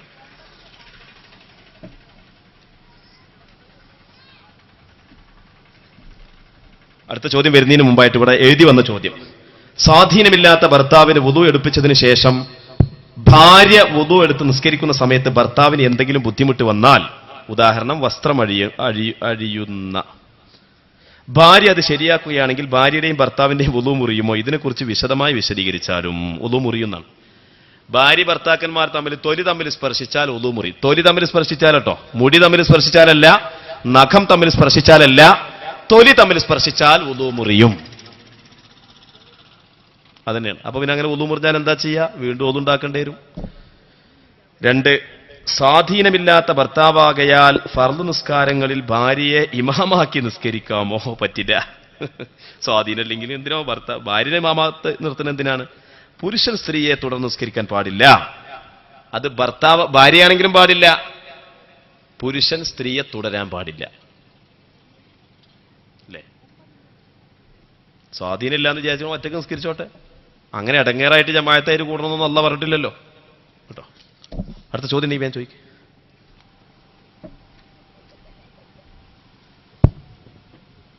എൻ്റെ പേര് മുസ്തഫ. സമസ്ത കേരള ജമിയത്തുൽ ഉലമയും 1989 പിരിഞ്ഞു പോയ വിഭാഗവും തമ്മിൽ ആദർശപരമായിട്ടോ അഹ്ലുസുന്നത്തിന്റെ പരമായ വിഷയങ്ങളിലോ എന്തെങ്കിലും വ്യത്യാസമുണ്ടോ?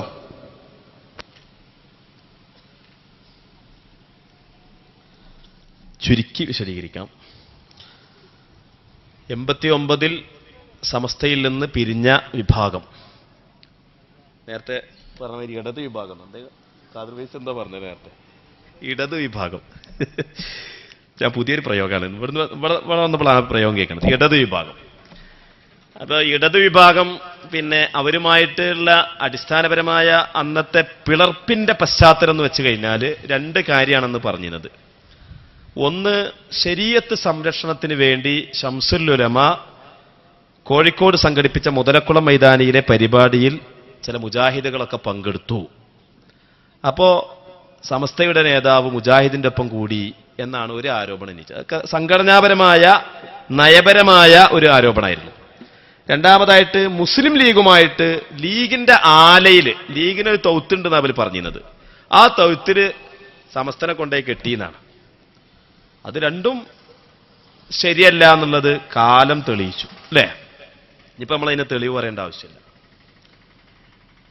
പിന്നെ അവരുമായിട്ട് ആശയപരമായ അല്ലെങ്കിൽ ആദർശപരമായി വിയോജിപ്പുകൾ പ്രത്യക്ഷത്തിലൊന്നും പ്രകടമായിരുന്നില്ല. ഇപ്പൊ ഏറ്റവും പുതിയതായിട്ട് നബി സല്ലല്ലാഹു അലൈഹി വസല്ലം തങ്ങളുടെ നബിയുടെ പേരിലുള്ള ഒരു മുടി ഇവിടെ കേരളത്തിൽ കൊണ്ടുവന്നപ്പോൾ, ആ മുടി കേരളത്തിൽ എന്ന് പറഞ്ഞാൽ നേരത്തെ പറഞ്ഞു, കേരളത്തിൽ റസൂലുള്ളാഹിന്റെ മക്കത്ത് കഅബാലയത്തിൽ നബിക്കും സഹാബത്തിനും പിടുത്തം കിട്ടുന്നതിന് മുമ്പ് തന്നെ നമ്മുടെ നാട്ടിൽ എന്ത് വന്നിട്ടുണ്ട്? ഇസ്ലാം വന്നിട്ടുണ്ട്, പള്ളി ഉണ്ടാക്കിയിട്ടുണ്ട്. അന്ന് മുതൽക്ക് ഇന്നേ വരെ കേരളത്തിൽ മുടി എന്ന് പറഞ്ഞൊരു സംഭവമല്ല. ആരെ മുടി? റസൂലുള്ളാഹിന്റെ മുടി. പിന്നെ ആദ്യമായിട്ട് അത് കൊണ്ടുവന്നത് മറ്റേ ആലുവ പിന്നെ മറ്റേ ആളുണ്ടല്ലോ, ഒരു തരീഖത്തുകാരൻ, അയാളാണ് അത് കൊണ്ടുവന്നത്. ഈ AP ഒക്കെ കൊണ്ടുവരുന്നതിന് മുമ്പ് അയാളാ കൊണ്ടുവന്നത്. അതാരും അറിഞ്ഞിട്ടുണ്ടായില്ല. പിന്നെ ഇയാൾ കൊണ്ടുവന്നപ്പോ നബിയുടേതാണെന്ന് പറയണമെന്നുണ്ടെങ്കിൽ, നബിയിലേക്ക് ചേർക്കപ്പെടണമെന്നുണ്ടെങ്കിൽ അതിന് അതിൻ്റെതായ മാനദണ്ഡം വേണം, തെളിവ് വേണം. എന്താണ് തെളിവ് എന്ന് ചോദിച്ചപ്പോ അതിന് പല നിലക്കും മാനദണ്ഡങ്ങൾ ചരിത്രത്തിൽ കാണാം. അതിന്റെ കൈമാറിപ്പോന്ന ശൃംഖല ഏതായാലും പറയല്ല, പറഞ്ഞതൊക്കെ ബാത്തിലുമായി. എന്നാ അത് എന്റെ മുഅ്ജിസത്തിന്റെ അടിസ്ഥാനത്തിൽ അല്ലെങ്കിൽ അതിന്റെ ഹുസൂസിയത്ത് കൊണ്ട് തെളിയിക്കാമോ എന്ന് മഹാനായ ചെറുശ്ശേരി ഉസ്താദ് ചോദിച്ചിരുന്നു കോഴിക്കോട് വെച്ചിട്ട്. അതേതുപോലെ എന്ന് വെച്ചാൽ കഅബാലയത്തിൽ നിന്ന് കറാമിത്തത്തുകാര് കഅബാലയത്തിന്റെ ഹജറുൽ അസ്വദിനെ കൊള്ളടിച്ചു കൊണ്ടുപോയി. 10-30ഓളം കൊല്ലം അത് അവരുടെ കസ്റ്റഡിയിലായിരുന്നു. പിന്നീട് അവരിൽ നിന്ന് തിരിച്ച് കിട്ടാൻ വേണ്ടി ശ്രമം നടത്തി. ആ ശ്രമം നടത്തിയപ്പോൾ അവർ പറഞ്ഞു, ഞങ്ങൾ ആ ഹജറുൽ അസ്വദിനെ ആകെ പൊട്ടിച്ച് ചിതറിപ്പിച്ചിട്ട് അതും മറ്റു കല്ലുകളൊക്കെ കൂടി കലമ്പിയിട്ടുണ്ട്. ഇനി ഞങ്ങത് വേർതിരിച്ചു തരാൻ കഴിയൂല. ഒരു തിരിച്ചു തരാൻ തയ്യാറായി. അവർക്ക് മനസ്താപം വന്നു, തിരിച്ചു തരാൻ തയ്യാറായി. പക്ഷെ അത് മറ്റു കല്ലുകളുമായിട്ട് കൂട്ടി കലമ്പിയത് കൊണ്ട് വേർതിരിച്ചു തരാൻ കഴിയൂല. ഇനി എന്താ ഞങ്ങൾക്ക് നിർവാഹമില്ലാത്തത് കൊണ്ടാണെന്ന് അവർ മറുപടി പറഞ്ഞു. ആ സമയത്ത് മക്കയിലും മദീനയിലും ഉണ്ടായിരുന്ന അക്കാലത്തുള്ള ഇത് ഹിജറ 300 കാലത്തുണ്ടായ സംഭവം കേട്ടോ, 1000 കൊല്ലത്തിന് മുമ്പുണ്ടായ സംഭവം. അക്കാലത്തുണ്ടായ മദീനയിലെയും മക്കയിലെയും മഹാപണ്ഡിതന്മാർ കൂടി ആലോചിച്ചു ഇനി എന്തു ചെയ്യും. അവർ പറഞ്ഞു കത്തിച്ചു നോക്കുക എന്ന് പറഞ്ഞു. കത്തിച്ചു നോക്കിയിട്ട് തീയുടെ സ്പർശനം, തീ കൊണ്ട് എന്തെങ്കിലും ഒരു കുറവ് സംഭവിക്കുന്ന കല്ലുകളാണെങ്കിൽ അത് മാറ്റി ഒഴിവാക്കിയിട്ട് ഒരു കുഴപ്പവും പറ്റാത്ത കല്ല് ഹജറുൽ അസ്വദാന്ന് നമുക്ക് ഉറപ്പിക്കാം. കത്തിച്ചു നോക്കി. ഈ കല്ലുകൾക്ക് മാത്രം ഒരു കുഴപ്പമില്ല. ആ കല്ല് കൊടുത്തിട്ട് കഅബാലയത്തിലാണ് ഫിറ്റ് ചെയ്തു. അപ്പൊ ആ ഒരു മാർഗം ഈ മുടിക്ക് ചെയ്യാൻ പറ്റുമോ എന്ന് മഹാനായ ചെറുശ്ശേരി ഉസ്താദ് കോഴിക്കോട് വെച്ച് ചോദിച്ചു. അതിന് അവർ പറഞ്ഞ മറുപടി എന്താ അറിയോ? നബിയുടെ മുടി, റസൂലുള്ളാഹിന്റെ കേശം, അത് സാധാരണ മുടി പോലെ കത്തിച്ചാൽ ചാമ്പലായി പോകും. എന്നാൽ അൽബിദായത്ത് വന്നിഹായിൽ കാണാം, മുസന്നഫു ഇബ്നു അബീ ശൈബയിൽ കാണാം, തഫ്സീറിന്റെ കിതാബുകളിലും കാണാം. ഉമർ ഇബ്നുൽ ഖത്താബ് റളിയല്ലാഹു തആല അൻഹുവിന്റെ ഭരണകാലത്ത് സ്വഹാബിമാർ തുസ്തുർ എന്ന് പറഞ്ഞിട്ടുള്ള ഒരു വിദേശ നാട് പിടിച്ചടക്കുകയുണ്ടായി. ആ നാട്ടിൽ പിടിച്ചടക്കിയതിനു ശേഷം സ്വഹാബിമാർ കാണുന്നത് അത്ഭുതകരമായ ഒരു ദൃശ്യമാണ്. എന്താണെന്നറിയോ? ഒരു നീളമുള്ള പെട്ടിയിൽ മഹാനായ ദാനിയാൽ നബി അലിഹിസ്സലാമിന്റെ മരിച്ചു കിടക്കുന്ന ശരീരം മറമാടാതെ സൂക്ഷിച്ചു വെച്ചിരിക്കുകയാണ്. എന്തു ചെയ്യും? സൈന്യനായകനായ സ്വഹാബി മദീനയിലേക്ക് കത്തെഴുതി നബി സല്ലല്ലാഹു അലൈഹി വസല്ലമ തങ്ങളുടെ എത്രയോ വർഷങ്ങൾക്ക് മുമ്പ്, നൂറ്റാണ്ടുകൾക്ക് മുമ്പ് മരണമടഞ്ഞ ഒരു പ്രവാചകന്റെ ശരീരം മറമാടാതെ പെട്ടിയിലാക്കി ഇവിടെയുണ്ട്, ഞങ്ങൾ എന്ത് ചെയ്യണം? ഉമർ ഇബ്നുൽ ഖത്താബ് റളിയല്ലാഹു അൻഹു കൊടുത്ത മറുപടി എന്താണ്? ഇന്നല്ലാഹ ഹറമ അലൽ അർദി അജ്സാദൽ അംബിയാഇ വലാ തഅകുലു അജ്സാദഹുമുന്നാർ. അമ്പിയാക്കളുടെ ശരീരങ്ങളെ ഭൂമി തിന്നൂല, അവരുടെ ശരീരങ്ങളെ തീ സ്പർശിക്കുകയും ഇല്ല, തീ ചാമ്പലാക്കൂല. അതുകൊണ്ട് നിങ്ങൾ ധൈര്യമായിട്ട് മറമാടിക്കൊള്ളുക. മറമാടിയതിന്റെ പേരിൽ അമ്പിയാക്കളുടെ ശരീരത്തിന് കേടുപറ്റൂല, നിങ്ങൾ മറമാടുക. മറമാടുക എന്നുള്ളത് ഇസ്ലാമിന്റെ നിയമമാണ്. ആ നിയമം ഇവിടെ പാലിക്കാതിരിക്കാൻ പറ്റൂല. അതുകൊണ്ട് നിങ്ങൾ മറമാടുക. മറമാടിയതിന്റെ പേരിൽ ആ നബിയുടെ ശരീരത്തിന് ഒരു കേടും പറ്റൂല. ഇത് ലെനിന്റെ ശരീരമൊന്നുമല്ലേ, എംബാക്കം ചെയ്ത് കണ്ട് സൂക്ഷിക്കേണ്ട ആവശ്യമൊന്നുമില്ല, അത് കേടുവരൂല. അപ്പോ അങ്ങനെ അവർ മറമാടീന. അപ്പൊ അവിടെ ഉമർ ഇബ്നുൽ ഖത്താബ് തങ്ങൾ പറഞ്ഞ പ്രയോഗമുണ്ട്. എന്താണെന്നറിയോ? അമ്പിയാക്കളുടെ ശരീരത്തെ മണ്ണ് തിന്നൂല, തീ സ്പർശിക്കൂല, തീ തിന്നൂല. ഇത് ഉമർ ഇബ്നുൽ ഖത്താബ് തങ്ങൾ പറഞ്ഞതാ. ഇവര് പറയുന്നത് തിന്നും. അപ്പൊ അങ്ങനെയുള്ള ചില ആദർശപരമായ വ്യത്യാസങ്ങൾ പുതുതായി തുടങ്ങിയിട്ടുണ്ട്. അള്ളാഹു അവർക്ക് ഹിദായത്ത് പ്രദാനം ചെയ്യുമാറാവട്ടെ, നല്ല ബുദ്ധി അള്ളാഹു അവർക്ക് പ്രദാനം ചെയ്യുമാറാവട്ടെ. ഭർത്താവ് ഭാര്യയെ ബിദ്അത്തിലേക്ക് ക്ഷണിച്ചാൽ സ്വീകരിക്കൽ തെറ്റാണോ? തെറ്റാണ്. ഭർത്താവ് ഭാര്യയെ ബിദ്അത്തിലേക്ക് ക്ഷണിച്ചാൽ സ്വീകരിക്കൽ തെറ്റാണ്. ലാ ത്വാഅത ഫീ മഅസിയത്തില്ലാഹ് ശഫീഉനാ മുഹമ്മദുർ റസൂലുള്ളാഹി. തെറ്റ് ചെയ്യാൻ വേണ്ടി കൽപ്പിച്ചാൽ വഴിപ്പെടരുത്.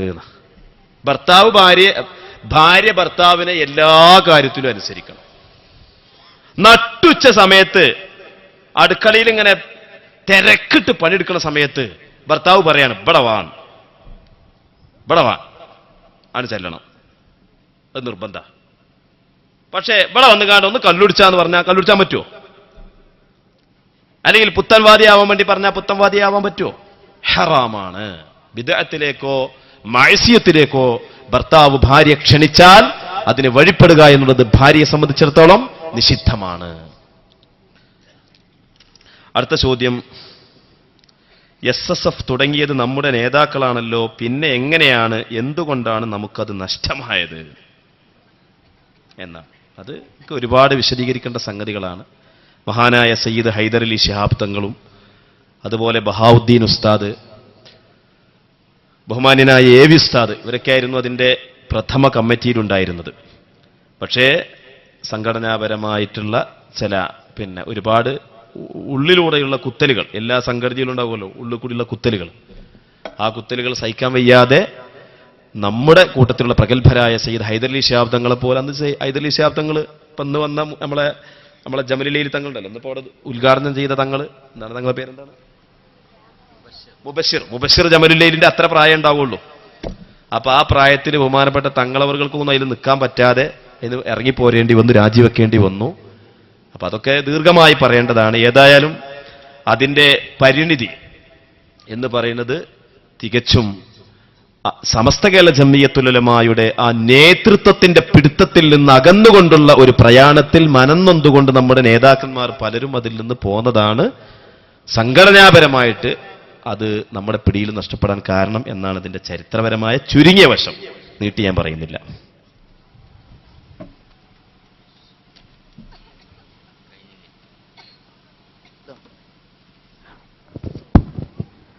നിയമപരമായി അനുവദിച്ച സമയം കഴിയാനായിട്ടുണ്ട്. ആർക്കെങ്കിലും ചോദിക്കാണ്ടെങ്കിൽ കടന്നു വരാം. SKSF അർക്കൽപ്രായ ശാഖ വാർഷിക ത്രൈമാസിന്റെ ക്യാമ്പയിന്റെ ഭാഗമായി സംഘടിപ്പിച്ച മതവിജ്ഞാന പരീക്ഷയുടെ ഫലം പ്രഖ്യാപിക്കുകയാണ്. 400-ലേറെ ആളുകൾ പങ്കെടുത്ത പരീക്ഷയുടെ ഫലം ഒന്നാം സ്ഥാനം കിട്ടിയിരിക്കുന്നത് മുഹമ്മദ് ഷാഫി PK കുറുങ്ങോടത്തിൽ ഹൗസ് എന്നിവർക്കാണ്. രണ്ടാം സ്ഥാനം Suhaila MK മാട്ര Korangott house, PP Hamza തെക്കേ തൊടുവിൽ ഹൗസ് പൗട്ടുപാറ. മുഹമ്മദ് ഇസ്ഹാഖ് നാലാം സ്ഥാനം മുഹമ്മദ് ഇസ്ഹാഖ് K കൂനാരി ഹൗസ്. സമ്മാനങ്ങൾ അടുത്ത മജ്ലിസുന്നൂറിൽ വെച്ച് വിതരണം ചെയ്യുന്നതാണ്. ഇവിടെ ഒരു ചോദ്യം വന്നത്, സ്വാധീനമില്ലാത്ത ഭർത്താവിന് ഒളു എടുത്തു കൊടുക്കുമ്പോൾ മദ്ഹബ് മാറിയാണ് നിയ്യത്ത് വെക്കാറ്. ആര് നിയ്യത്ത് വെക്കാറ്? മദ്ഹബ് മാറിയാണ് നിയ്യത്ത് വെക്കുന്നത്. നിയ്യത്ത് വെക്കുന്നിടത്ത് എന്താ മദ്ഹബിലെ വ്യത്യാസമുള്ളത്? നിയ്യത്ത് വെക്കുന്നിടത്ത് നമ്മളും അവരൊക്കെ ഒന്ന് തന്നെയാണ്. പിന്നെന്തിനാ അവിടെ മദ്ഹബ് മാറുക എന്നുള്ളൊരു വിഷയം വരുന്നില്ല. പിന്നെ നമ്മളും അവരും തമ്മിൽ വുദൂയിലുള്ള വ്യത്യാസം എന്താണെന്ന് വെച്ച് കഴിഞ്ഞാൽ, നമ്മൾ ചെയ്യും പോലെ തന്നെയുള്ള വുദൂ ആണ് അവർക്കുള്ളത്. പക്ഷേ അവരാകുമ്പോൾ നമ്മൾ തലയിൽ നിന്ന് അല്പം തടവിയാലും നമ്മളെ വുദൂ താമായി. അവരാകുമ്പോൾ തലയിൽ നിന്ന് മൂർധാവിന്റെ അത്രയും സ്ഥലമെങ്കിലും തടഞ്ഞെങ്കിലേ അത് പൂർത്തിയാവുള്ളൂ. അപ്പൊ ഷാഫിഈ മദ്ഹബ് പ്രകാരമുള്ള അതിന്റെ ഫർളും സുന്നത്തുകളൊക്കെ പരിഗണിച്ചുകൊണ്ട് വുദൂ ചെയ്താൽ മതി. ഷാഫി മദ്ഹബ് പ്രകാരമുള്ള ഫർളും സുന്നത്തുകളൊക്കെ നമ്മൾ മദ്രസ പഠിച്ച ഫർളും സുന്നത്തുണ്ടല്ലോ.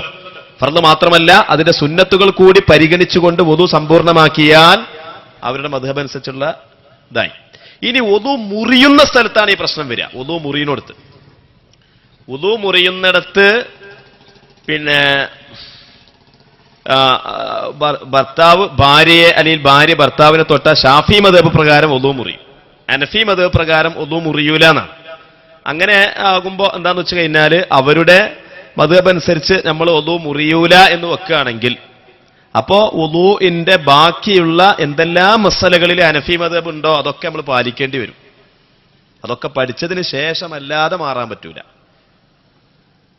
വുദൂ മുറിയുന്ന വിഷയത്തിൽ ഹനഫി മദ്ഹബിന്റെ എന്തെല്ലാം മസലകളുണ്ടോ, ഇപ്പൊ ഉദാഹരണം പറയുകയാണെങ്കിൽ ശരീരത്തിൽ നിന്ന് രക്തം പൊട്ടിയ വുദൂ മുറിയുന്ന, അപ്പൊ അതൊക്കെ ആ വിഷയത്തിലൊക്കെ ഹനഫി മദ്ഹബ് പാലിക്കേണ്ടി വരും. അപ്പൊ ഞാൻ ഹനഫി മദ്ഹബ് അനുസരിച്ചാണ് അമല് ചെയ്യുന്നത് എന്ന് പറയുമ്പോൾ വുദൂഉമായി ബന്ധപ്പെട്ട് വുദൂ മുറിയുന്ന എന്തെല്ലാം മസലകളുണ്ടോ ഹനഫി മദ്ഹബിൽ അതൊക്കെ പാലിക്കേണ്ടി വരും. അല്ലാതെ ഹനഫി മദ്ഹബിൽ ആണും പെണ്ണും തൊട്ടോടത്ത് മാത്രമേ ഹനഫി മദ്ഹബും അല്ലാത്തടത്തൊക്കെ ഷാഫി മദ്ഹബും, അങ്ങനെയാൻ പറ്റൂല. മനസ്സിലായോ? ഒട്ടകത്തിന്റെ മാംസം തിന്നാ വുദൂ മുറിയും, അങ്ങനെയൊക്കെയുള്ള ചില ഒട്ടകം കിട്ടാനില്ല, അത് വേറെ കാര്യം. അങ്ങനെ ഒരുപാട് മസലകളുണ്ട്. അത് ഇപ്പോൾ വിശദമായിട്ട് എനിക്ക് ഓരോന്നും എടുത്തെടുത്ത് ഇപ്പോൾ പറയാൻ കഴിയില്ല. അത് കിതാബ് നോക്കി പറയേണ്ട ഒരു മസല ആയതുകൊണ്ടാണ്. ഏതായാലും അതിന്റെ ഖായിദ, അതിന്റെ തത്വം പറയാം. വുദൂഉമായി ബന്ധപ്പെട്ട് എന്തെല്ലാം മസലകൾ പാലിക്കേണ്ടതുണ്ടോ അതെല്ലാം നമ്മൾ പഠിച്ചിരിക്കണം, അതനുസരിച്ച് പ്രവർത്തിച്ചിരിക്കണം എന്ന് മാത്രമാണ് ഇപ്പോൾ ഉണർത്താനുള്ളത്. 2, ജമാഅത്ത് ആദർശമുള്ള ജമാഅത്ത് പറഞ്ഞ ജമാഅത്ത് ഇസ്ലാമിക്കാരല്ലേ, ജമാഅത്ത് ഇസ്ലാമി ആദർശമുള്ള മരണ വീട്ടിലേക്ക് പോയാൽ അവിടെ വെച്ച് ഖുർആൻ പാരായണം ചെയ്താൽ സ്വീകരിക്കുമോ പാടുണ്ടോന്ന്. അവിടെ വെച്ച് ഖുർആൻ പാരായണം ചെയ്താൽ സ്വീകരിക്കും, പാടുണ്ട് കേട്ടോ. അവിടെ വെച്ചിട്ട് തന്നെയല്ലേ അത് നല്ല ആദർശബോധമുള്ള ആൾക്കാർക്ക് ഓതാൻ കഴിയുള്ളൂ. ഇങ്ങനെ അങ്ങോട്ടും ചാടും ഇങ്ങോട്ടും ചാടും 2 തോണിയിൽ കാലിടുന്ന കുറെ ആൾക്കാർ നമ്മളെ കൂട്ടത്തിലും ഉണ്ടാവുമല്ലോ. അവർക്കൊന്നും അവിടെ ചെന്നാൽ ഖുർആൻ പോയിട്ട് സ്വലാത്തെല്ലാനും കൂടി കഴിയൂല. അപ്പൊ അവിടെ ചെന്നിട്ട് ജമാഅത്ത് ആദർശമുള്ള വീട്ടിൽ പോയിട്ടേ ഖുർആൻ യാസീനാണ് ഓതുന്നെ. അത് സ്വീകരിക്കും ചെയ്യും, അത് പറ്റുന്നതുമാണ്.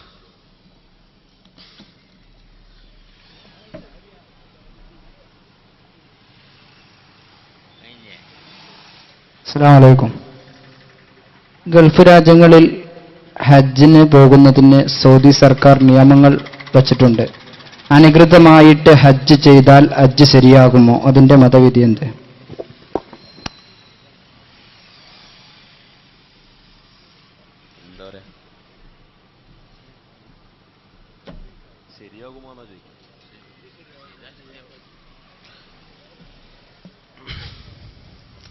അതിന്റെ മതവിധി നമ്മളെ കിതാബുൽ ഇസ്തിസ്ഖായിൽ അതിന്റെ മതവിധി വിശദമായി പറയുന്നുണ്ട്. ഭരണാധികാരി ഒരു വിഷയത്തിലൊരു നിയന്ത്രണം ഏർപ്പെടുത്തുകയാണെങ്കിൽ അത് ഇബാദത്തുമായി ബന്ധപ്പെട്ട നിയന്ത്രണമാണെങ്കിൽ ആ ഇബാദത്ത് സഹീഹാകും. ഹജ്ജ് അങ്ങനെ ആ നിയന്ത്രണത്തിനെ മറികടന്നുകൊണ്ട് ഹജ്ജിന് പങ്കെടുത്താൽ ഹജ്ജ് സഹീഹാവും, ഹജ്ജിന്റെ അമലുകളൊക്കെ സഹീഹാവും. ഫർളായ ഹജ്ജാണെങ്കിൽ അത് വീടും ചെയ്യും. പക്ഷെ അതോടൊപ്പം തന്നെ പ്രത്യക്ഷത്തിൽ ആ നിയന്ത്രണത്തിനെ മറികടന്നുകൊണ്ട് ചെയ്യാൻ പാടില്ല. ലാഹിറിൽ പ്രത്യക്ഷത്തിൽ, ബാത്തിനിലോ ഇബാദത്താണെങ്കിൽ, മുബാഹായ മറ്റു കാര്യങ്ങളല്ല, ആരാധനയുമായി ബന്ധപ്പെട്ട കാര്യങ്ങൾ, അതിന്റെ ബാത്തിനിയായ പരലോകപരമായ വിഷയത്തിൽ അയാൾക്ക് തെറ്റൊന്നുമില്ല. ഞാൻ പറയുന്നത് കേൾക്കുണ്ടോ? പരലോകത്ത് ചെന്നാൽ പടച്ചോൻ ചോദ്യം ചെയ്യൂലെങ്കിലും ദുനിയാവിൽ അയാളെ പിടികൂടാനും ശിക്ഷിക്കാനും ഒക്കെ ഭരണാധികാരിക്ക് അവകാശമുണ്ട്. അതിന്റെ പേരിൽ ഭരണാധികാരിയെ പടച്ചോൻ പിടിച്ച് ശിക്ഷിക്കൂല. അപ്പൊ ലാഹിറിൽ, പ്രത്യക്ഷത്തിൽ അത് ഭരണകൂടത്തിനെതിരായതുകൊണ്ട് ഇബാദത്തുമായി ബന്ധപ്പെട്ട ഒരുപാട് നിബന്ധനകൾ അവിടെ പറയുന്നുണ്ട്. ഒന്ന്, ഇബാദത്തുമായി ബന്ധപ്പെട്ടതാവുക.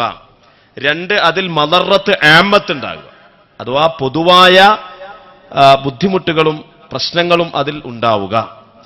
ഈ ഒരു സാഹചര്യത്തിൽ ലാഹിറിൽ അത് തെറ്റാണ് എന്ന് പറഞ്ഞാൽ കോടതിയുടെ അരികിലെത്തുമ്പോൾ കോടതിക്ക് നടപടിയെടുക്കാനുള്ള അവകാശമുണ്ട്.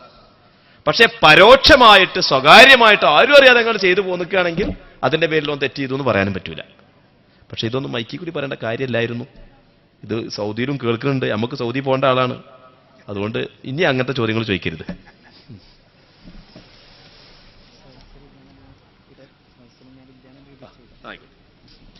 ആരും ചോദിക്കാനില്ലെങ്കിൽ നമുക്ക് ഇൻഷാ അല്ലാഹ് സ്വലാത്തിൽ പിരിച്ചു പോവാം, അല്ലേ? പിരിഞ്ഞുവിടാം.